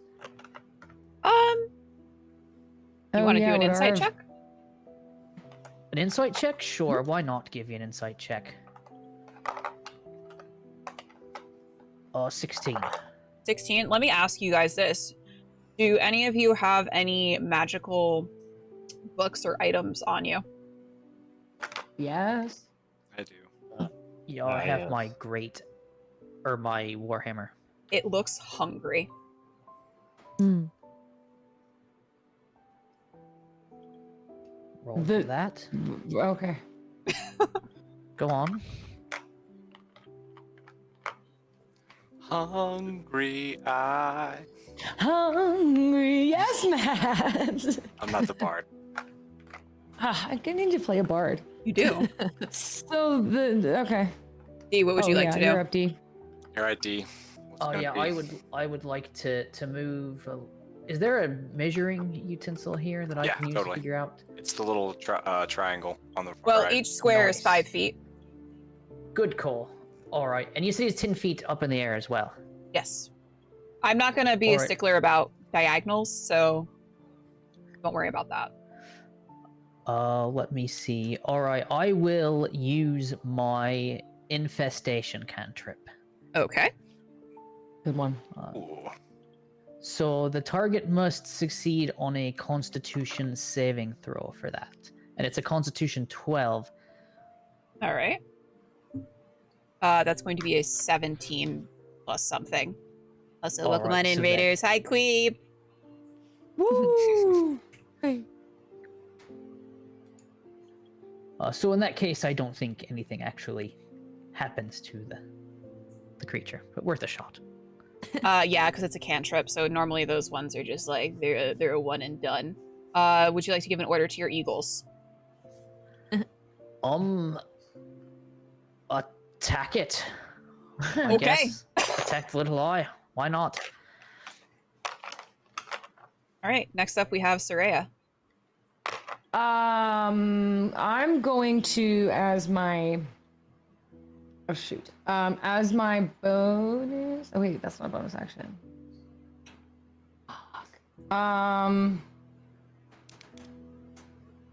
Sorry, that messed me up. I'm gonna hit it with.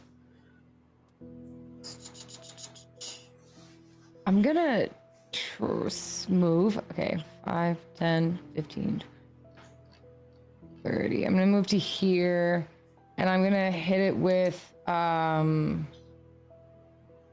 inflict wounds. Oh, that might not be a good idea because that's necromancy. I'm just gonna try it. Oh, I have to be able to touch it. Never mind. I'm not gonna do that. I'm gonna use guiding bolt. We'll just keep it simple. Okay. So let me do that. No! Got a nat 1. It's the first thing I rolled in D&D Beyond too. I'm sticking to my real dice. Wow. It's supposed to be 6. Wow. Okay. It does something weird, Soraya. When your guiding bolt is about to miss, its mandibles open, and it reaches up and consumes the guiding bolt. Gotcha. Fuck that. Okay. Okay, and then as a bonus action, I'm going to cast Shield of Faith on Shimmering. What Shimmering level was Field that of guiding Vision. bolt, by the way? Oh, I think it was just a first level. Yeah, it was Okay. just a first level. Okay. Oh yeah, and then I gotta check that off. And I think that's it. I think that'll be my turn. Okay. Next up, we have Cass. Okay. You see me take out a longbow from the back that's strung to my back and knock an arrow and loose at the target for an attack roll. Okay. It's going to be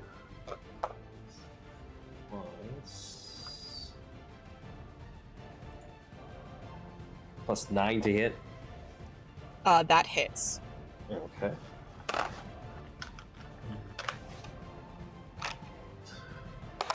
Four. 2 points of damage. Okay. I'm gonna back up a little bit, kind of against the wall. Now, this is the only one that we can see so far of this. Yeah.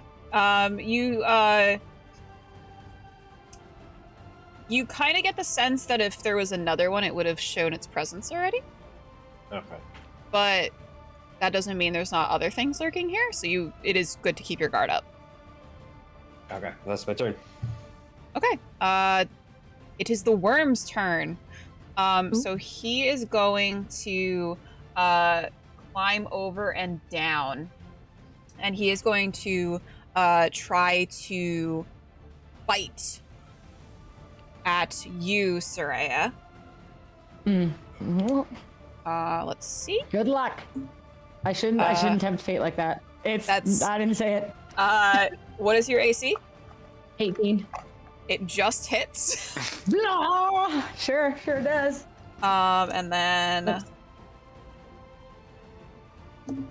that's going to be 13 points of piercing damage. Is that all right? Okay. 13 And- points of...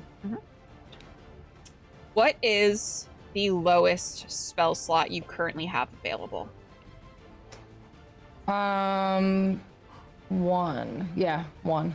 I would like you to mark that off for me. No, but please, no! Okay. Okay. Oh my gosh. Fuck that shit. I'm not touching it again. Okay. Fuck that. Okay. Counterspell. No, I'm just kidding. And it is going to it's going to use a tail attack to try to hit at D.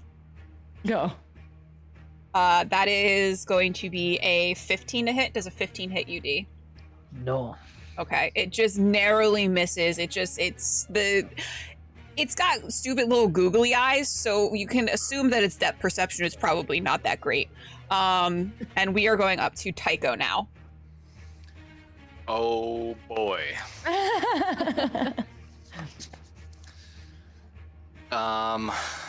Yeah, I'm gonna kind of just see this thing creepy crawly its way down the bookshelf here, and I'm going to kind of reflexively cast Entangle Okay.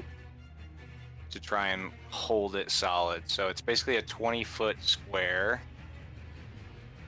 starting within 90 feet of me, whatever. But it is a strength saving throw, DC right. 16. I don't think that's gonna make it. No, that is a 10. However, I am going to make a Constitution save to see if something happens. Okay. What is that spell's level? Just a 1. Okay. She asked me that once too, man. It went bad. As you go to cast, its mandibles open again. And the magical energy from your spell is drawn up into it. And you see that its already bloated abdomen begins to bloat a little bit more as it has now consumed 3 spell slots from you all. Wow. Okay. After kind of seeing it continue to eat spell slots, Tycho's gonna take a tentative step back. just a little step back. Oh. A little step back, and then that'll be his turn. Okay. Does that negate the entangle effect? By the way, when he eats it, it goes away. Yes. Okay, excellent. I'll just remove that then. Now it is the How eagle's long- turn. Yep. Go ahead. How long has it been since... Are my spirit guardians still with us? How long do they last? I think they only last a minute. Yeah, they're not 10. very long. They last for Was it- 10 minutes. Yeah. No, I would say Yeah, it's between been you a long guys time. searching around and then coming into the Oh, yeah, that's right. Okay. All right. Fine. So it is the Oh. eagle's turn now.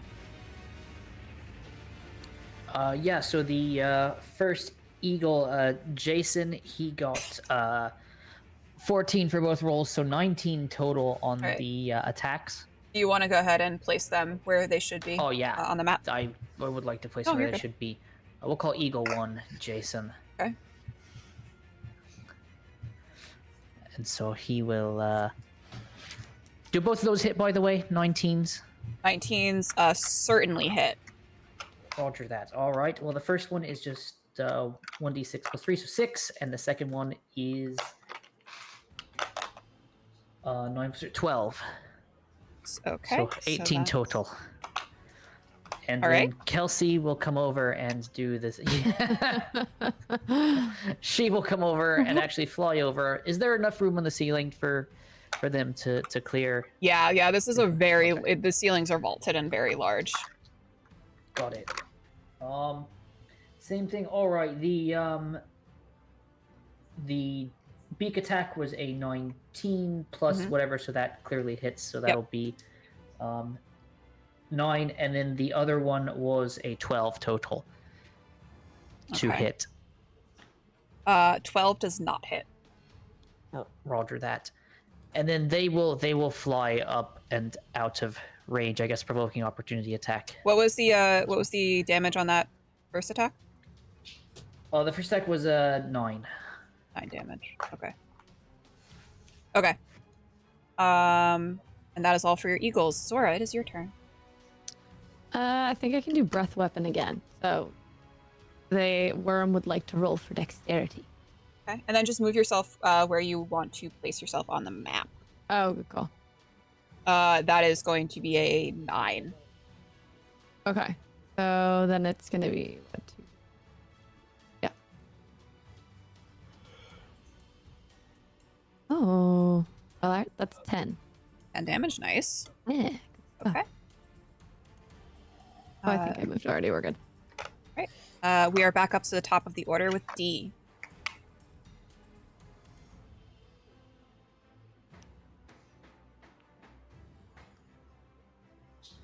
Roger that. D is a little bit frightened at the moment. So he might just slowly creep. He said goodbye. He was like, no laying it. thanks. Abdomen's a bit frightening. Let's see. I think he should still be in range to try another infestation. If not, he can do that first anyway. So he'll try to do quick infestation and see how that goes. So you'll need another 12 for that. What save is saving throw. that? I believe. Con, I think. Let's see. Yeah, On Constitution. 9, so does not succeed. All right. Let me see here. So 2d6 damage, 8. And he will just continue to tell the attack, eagles attack. All right. Soraya, it's your turn. I am feeling quite useless as a spellcaster against something that eats spells. I'm gonna Kick him in the shin. I don't know. Well, I kind of want to like be more. I feel like I'm gonna buff you. I feel like buffing you guys is gonna be better. I'm gonna. Oh man, I'm gonna take the hit too. I'm gonna actually move. I'll take the op shot if you want to hit me. That's not going to hit you. Okay.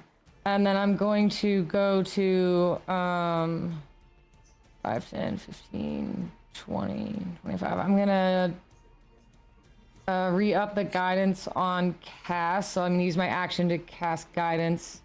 So shockwave on your next turn, you get 1d4 added to one of your ability checks. And then I'm gonna stand kind of in the center, and Does that include attack rolls? So just once before the spell, yeah. It's any It only roll lasts- besides any roll. damage. Yeah. And that'll last on you up to a minute. You don't have to. What's that? 6 rounds of combat or something. That'll Yeah, stay. I it's think 10 so. 10 rounds of You don't combat.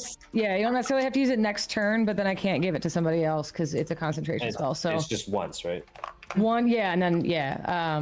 So yeah, it is a D4. Add the number rolled to one ability check of your choice. And that'll be my turn. Cool. Cass, it is your turn. Buff you guys. All right. You see, Cass look at the creature that is obviously not taking very much magical damage.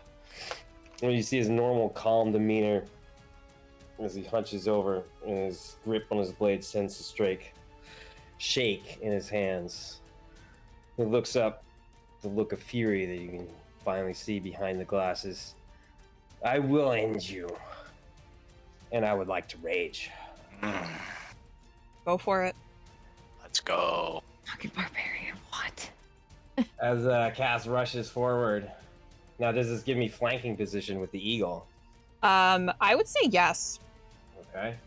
That takes damage with plus guidance. Must be. It's 10 plus 4 plus 9. 19 to hit. That certainly hits. Okay. Damage. Two-handed swing is a 10. Plus 2 for rage, plus 2 weapon damage for 14 slashing damage. Okay. Nice. Good damage. It kind of cries out in pain, and it looks at you like a little confused. It's not sure why you're attacking it.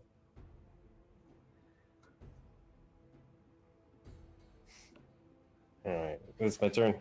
All right. Hmm. It is now the worm's turn. The worm is going to attack you, Cass. Going to bite you. That is going to be a 20 something to hit. It That definitely hits. Okay.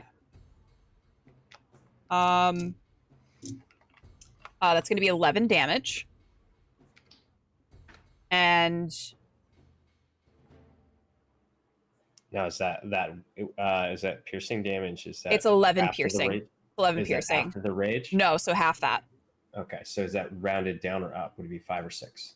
It's going to be rounded up because I'm the DM, so 6. Okay. So what, Cass, what is your lowest level spell slot 1. available? 1. Please mark that off. Okay. Even when you whack him, he eats a spell slot. Ugh. And he is then going to attack you. He's going to turn around and try to whack you with his tail. That is going to be a 25 to hit. Oh, also hits. But you're raging now, so everything will be fine. That is going to be a 18 rounded down, so 9. Okay. 9, that's bludgeoning damage. And it's kind of like chirping at you. It's like, stop it. That's the vibe you get. It's saying, stop it. And now it is Tycho's turn. Interesting. I don't know if I'm still Tycho's still a little off put by the spell stealing creature here. He's gonna try something a little interesting. I'm gonna go for a dispel magic at 3rd level. Okay. 3rd level. So basically, any spell of 3rd level or lower on the target ends. I make a DC check based on the spell's level, if anything else. But I'm just trying to like put out the spells that he's kind of absorbed. Yep. I'm going to roll a Constitution saving throw for him. It consumes your dispel magic. Oh, damn it! Okay. However, that was a 3rd level. You said, correct? Yes. No. Something odd happens. Well, it's a 50-50 shot. As it consumes, its cheeks puff up, and then you can see it swallow, and the little segments of its body puff up as the spell is consumed and ingested into its body. And it stops. And it flops on the ground. Seems like it's full. Oh no.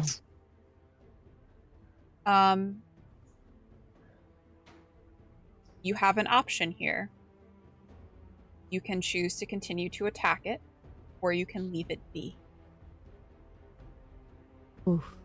So my turn? No, well, I'm kind of ending my turn. Well, this is for the party. Okay, for the party. Yeah. Okay, gotcha. I am gonna walk up to it. Can I make a perception check to see how long it will remain in this kind of non-hostile state? Sure. Okay. I don't want to say, okay, we'll leave it, and then in 10 minutes he's gonna come after us.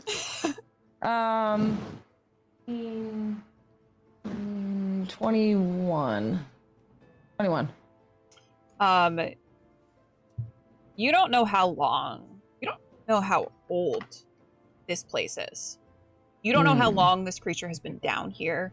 But if you had to guess, not many people have ventured here. And if its main source of food is spells and magic, you can guess that it has been starving down here. And it is sated.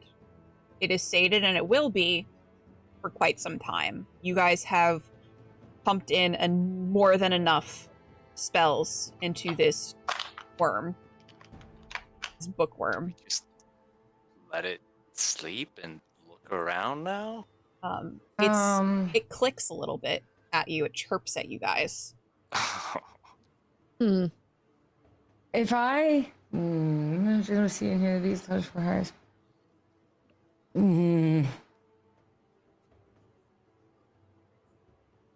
don't know. Yeah. Okay. Sorry. I was gonna try to like charm it and tell it to come with us, but I don't think I have anything for that. I think I was. You just wanted a pet now. I was like, shit, I think maybe, because I was going to try to, like, give a little something, but the longer I read the spell, the more I'm like, that's some fine print that I think I'd be twisting, so thought I was going to charm it and have it be our little minion and it could come with us, but I don't, so never mind. I say we leave it. You hear a voice. You are looking for something. Oh.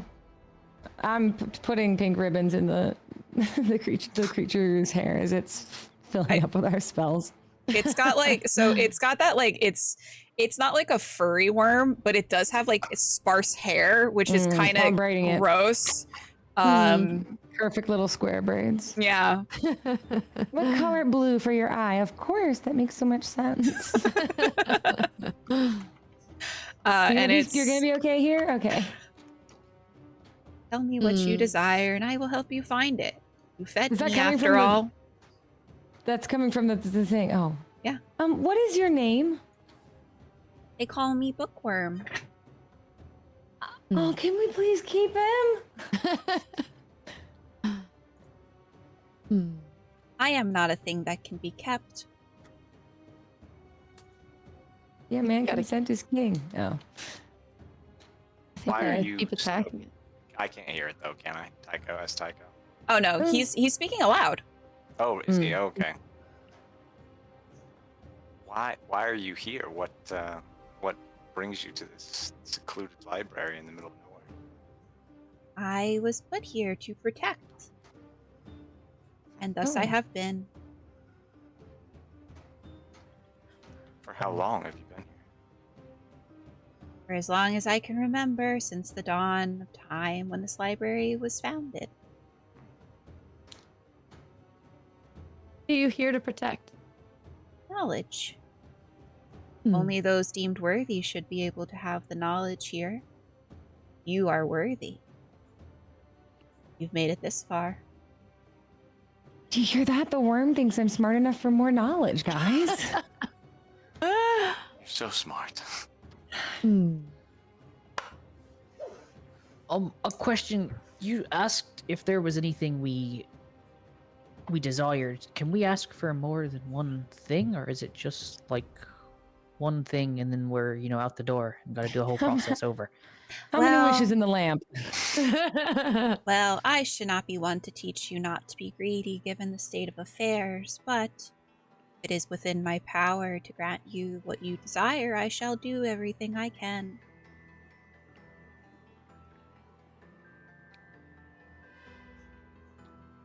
Okay. What knowledge is kept here and so well protected by you? Everything. Everything? Everything.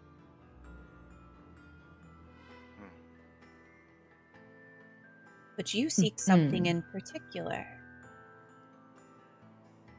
You feel something pushing at the barriers of your mind.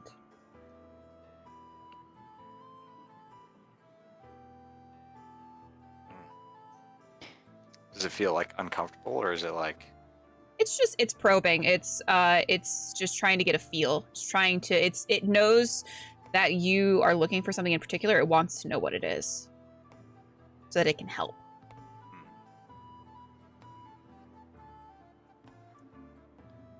I think what we seek is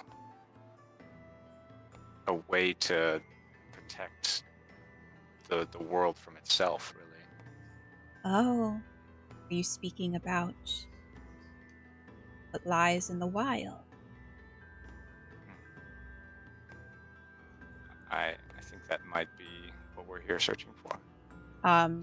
It kind of flops over this big old body, and its little legs start to go. It needs to pick up some traction as it's kind of worming its way, and it'll start worming its way towards the back of the straight down the aisle of the library, and turn and twist, and you follow after it, and on what you think could only be the center of the repository, as you follow after this creature, a lone book sits on a pedestal. It's black and covered in dust. It looks as though it's been centuries since this book has been touched. The bookworm is going to say, "Here it is, what you desire. Good night." And it's going to promptly flop over, and you hear like the little chattering of its mandibles as it snores. Oh. But okay. As everyone else is walking forward, again, Kassarris will hang back. Try to do sleight of hand again and cast Cure Wounds. I was gonna get all of us if you You're gonna run off and do that, Shock? Yeah. Okay. I could probably guess use both at this point anyway, so. It's okay. Should I roll sleight of hand? Go ahead. Yeah, if you want to move your character first, yeah. I would say you are going ahead. I just hung back. Oh yeah. I think at this point we can kind of go more towards Theater of the Mind, as you guys have sort of moved on from this area and gone deeper into the repository. So that's only an 8. Okay. So. And then I'm gonna do. No, they're not. So let's see. I don't know. We didn't really get hit, did we? Did I get hit? Oh. You did. It took one of your spells. Yeah. Well, yeah. Emotionally, I'm very wounded. I heal. I'm gonna do a mass healing word for everybody, I guess, as well. While I we're heal here. for 17. Okay. Level, so. I think that's like puts you. Does that put you close to full health? Yeah, close. So, just curious, can I pick up a book from a shelf? Does this operate like a normal library? There's tons and tons of books all around you. But there is a singular book on a pedestal in front of you.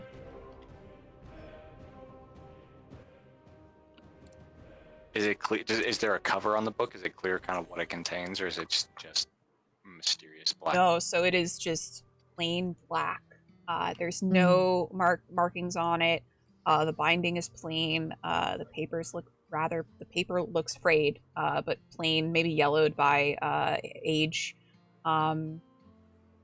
Nothing that would sort of demark it as anything of note, to be honest. You're kind of surprised that you're looking around, you see these elegant tomes that have been carefully crafted, with like gold filigree on them, and yet this is the book that sits on a pedestal. Right. Everyone's gonna heal for 9. Sorry, I did a mass cure wounds. So if you guys want to do that real quick, and then I'm gonna also give a guidance to Zora. So you've got a D6 for one of your ability checks for the next minute. Hopefully nothing bad happens. Cool. Yeah, so everybody gets 9 points. And yeah, you get a guidance.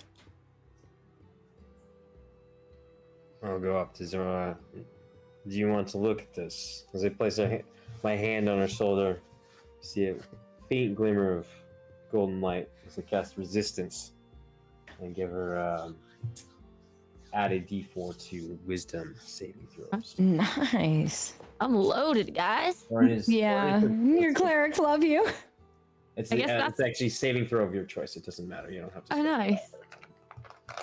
I guess that means I'm going to touch that book then, huh? You've been nominated. Yeah, you've been honestly, the reason I gave you guidance is because D&D Beyond was being mean to you, okay? That's true. A psychological game here. That's fair. All right. Well, I guess I'm gonna go Alright. up to the pedestal. So you go up to the pedestal, Mhm. and it's just a book, as far as you can tell, but you do need to touch it in order to read it. All right. Touch it. Please make me a wisdom saving throw. Yes. Oh wait, let me. Buffed out of her mind. Oh, 18. Oh, more than enough.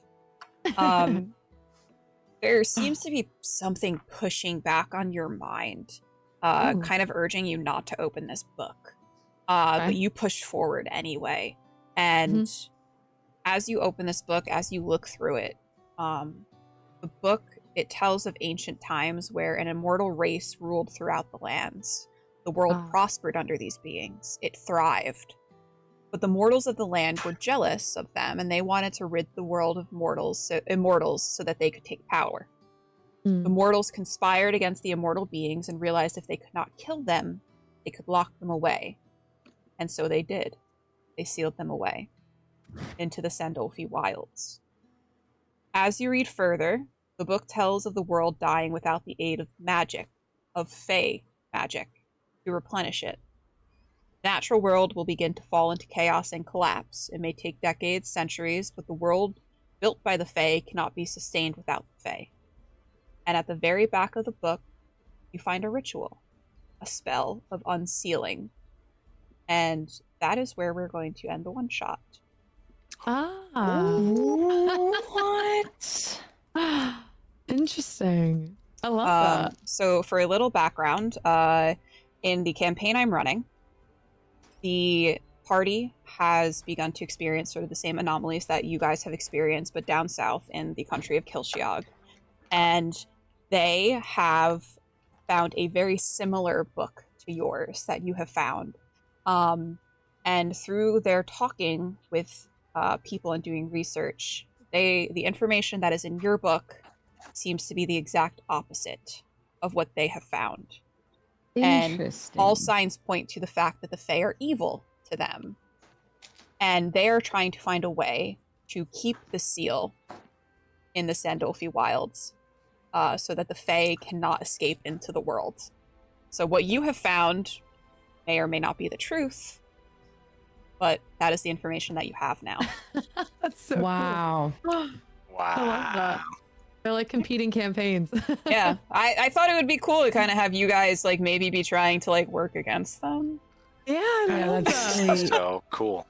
That's amazing. Mind is blown. All right, if you guys want to go around again and kind of plug anything that you need to plug, we'll start with M.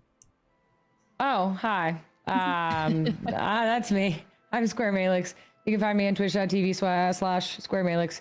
Sunday, Monday, Tuesday, Wednesdays, 6:30 Mountain Standard Time. I don't know what that is for you. Whatever. Figure it out. And yeah, fucking figure it out. I'm not a fucking brainiac. You just saw me play D&D. No. So I do that, and yeah, SquareMeylix across all socials. And I don't know. It's like negative 16 degrees here, so I'm gonna sign off and hopefully crawl into a really warm bed. Awesome. Yeah. Thank you so much, Em, for putting this together, essentially. We do have Em and Ant to thank for this coming into fruition. So thank you to them. Yeah. Shockwave, go ahead.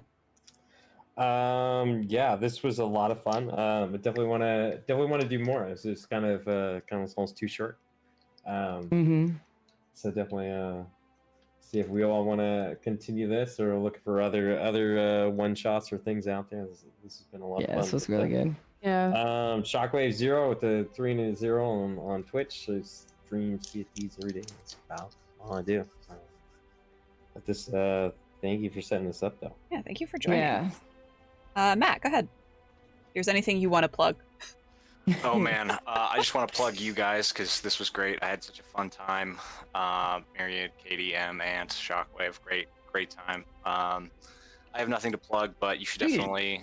You should show off one of your minis. He's a really good minis painter, so they'll appreciate it. Yeah, I'm calling you out. Do it. You got one? Do it. Peer pressure. Maybe another time. Maybe we'll save Okay. the minis as a teaser for session 2, perhaps. Fine. He's a very talented minis painter, so I was gonna make you fun. Night Fine. fun with you guys. So Awesome. Thanks for hanging out with us. Ant. Yeah, I'm at DX1. I play Sea of Thieves usually Tuesdays and Fridays, but sometimes we do other things or other days. Usually 8 Eastern time. And yeah, thanks everyone. This was a blast. I really hope we get to do this again. Yeah. Katie, go ahead. So just thank you, Myriad, for like doing all the DM stuff. I know it's a lot of work, so thank you for putting it all together. And thanks for inviting me and Meylix. Appreciate you guys. But yeah, my name's Katie Pierce on Twitch. I stream Monday, Wednesday, Friday. Same name on literally every social, so you can find me there if you want. I think a couple of my people came in to watch and hang out, so I'll definitely be hearing how I did. But I'll see you guys all on Twitch. Awesome. And this is my channel. If you want to see more of what I do, this is the place to be. Tomorrow we have we're at the start of a very special mini series. We're going to be supporting one of my friends, Dennis, in his Kickstarter for his new system, Sagus, which is a setting and genre agnostic system. It is so good, so easy, so fun to learn. We're going to be doing a Western paranormal starting miniseries tomorrow at 5 p.m. Pacific. Wednesday, we're over here at 7 p.m. Pacific doing some Mass Effect Andromeda. Thursday, I'm over on Evandale for Seekers of the Fall. And then Saturday, we're back here for the actual All campaign of All We've Lost, where you can kind of see what else is going on in the world. I just want to say thank you guys so much for this. This was a very incredible experience. I was very nervous. I didn't want to fuck this up. Because I'm still a baby DM, so I was worried. But yeah, thank you guys so much. I appreciate you guys for hanging. And yeah, I will talk to everyone later. Bye. Now. All right.